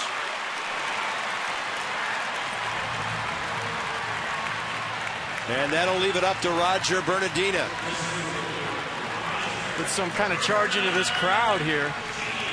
Good swing by Espinosa, 95-mile-an-hour sinker away. Leg kick early, got a pitch up in the zone, and he's thinking, get up, ball. Almost tied this game up. Bernardina has never faced Jonathan Papelbon. And the Phillies are 1 out away from winning this series.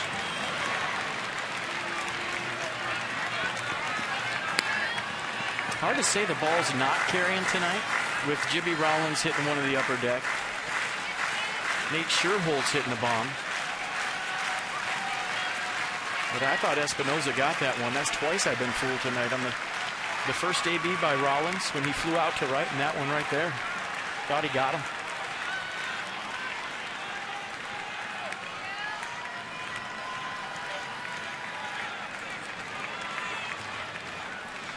Crowd quieted down, waiting for an 0-1 pitch. That gets away. 23,777.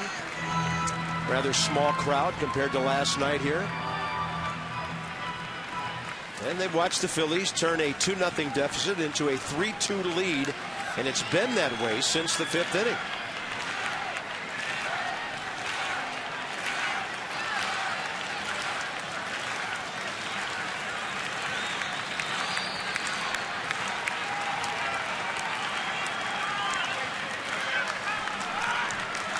Applebaum making everybody wait here. Now Roger Bernardino steps out.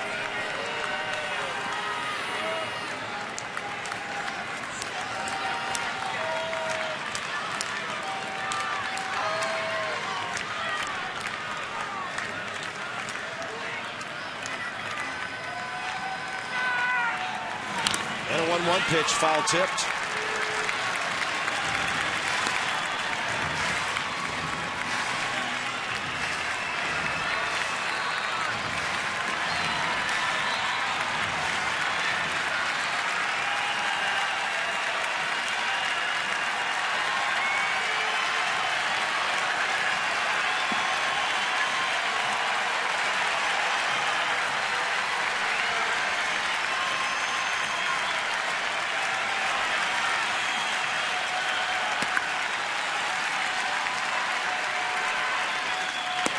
That's it.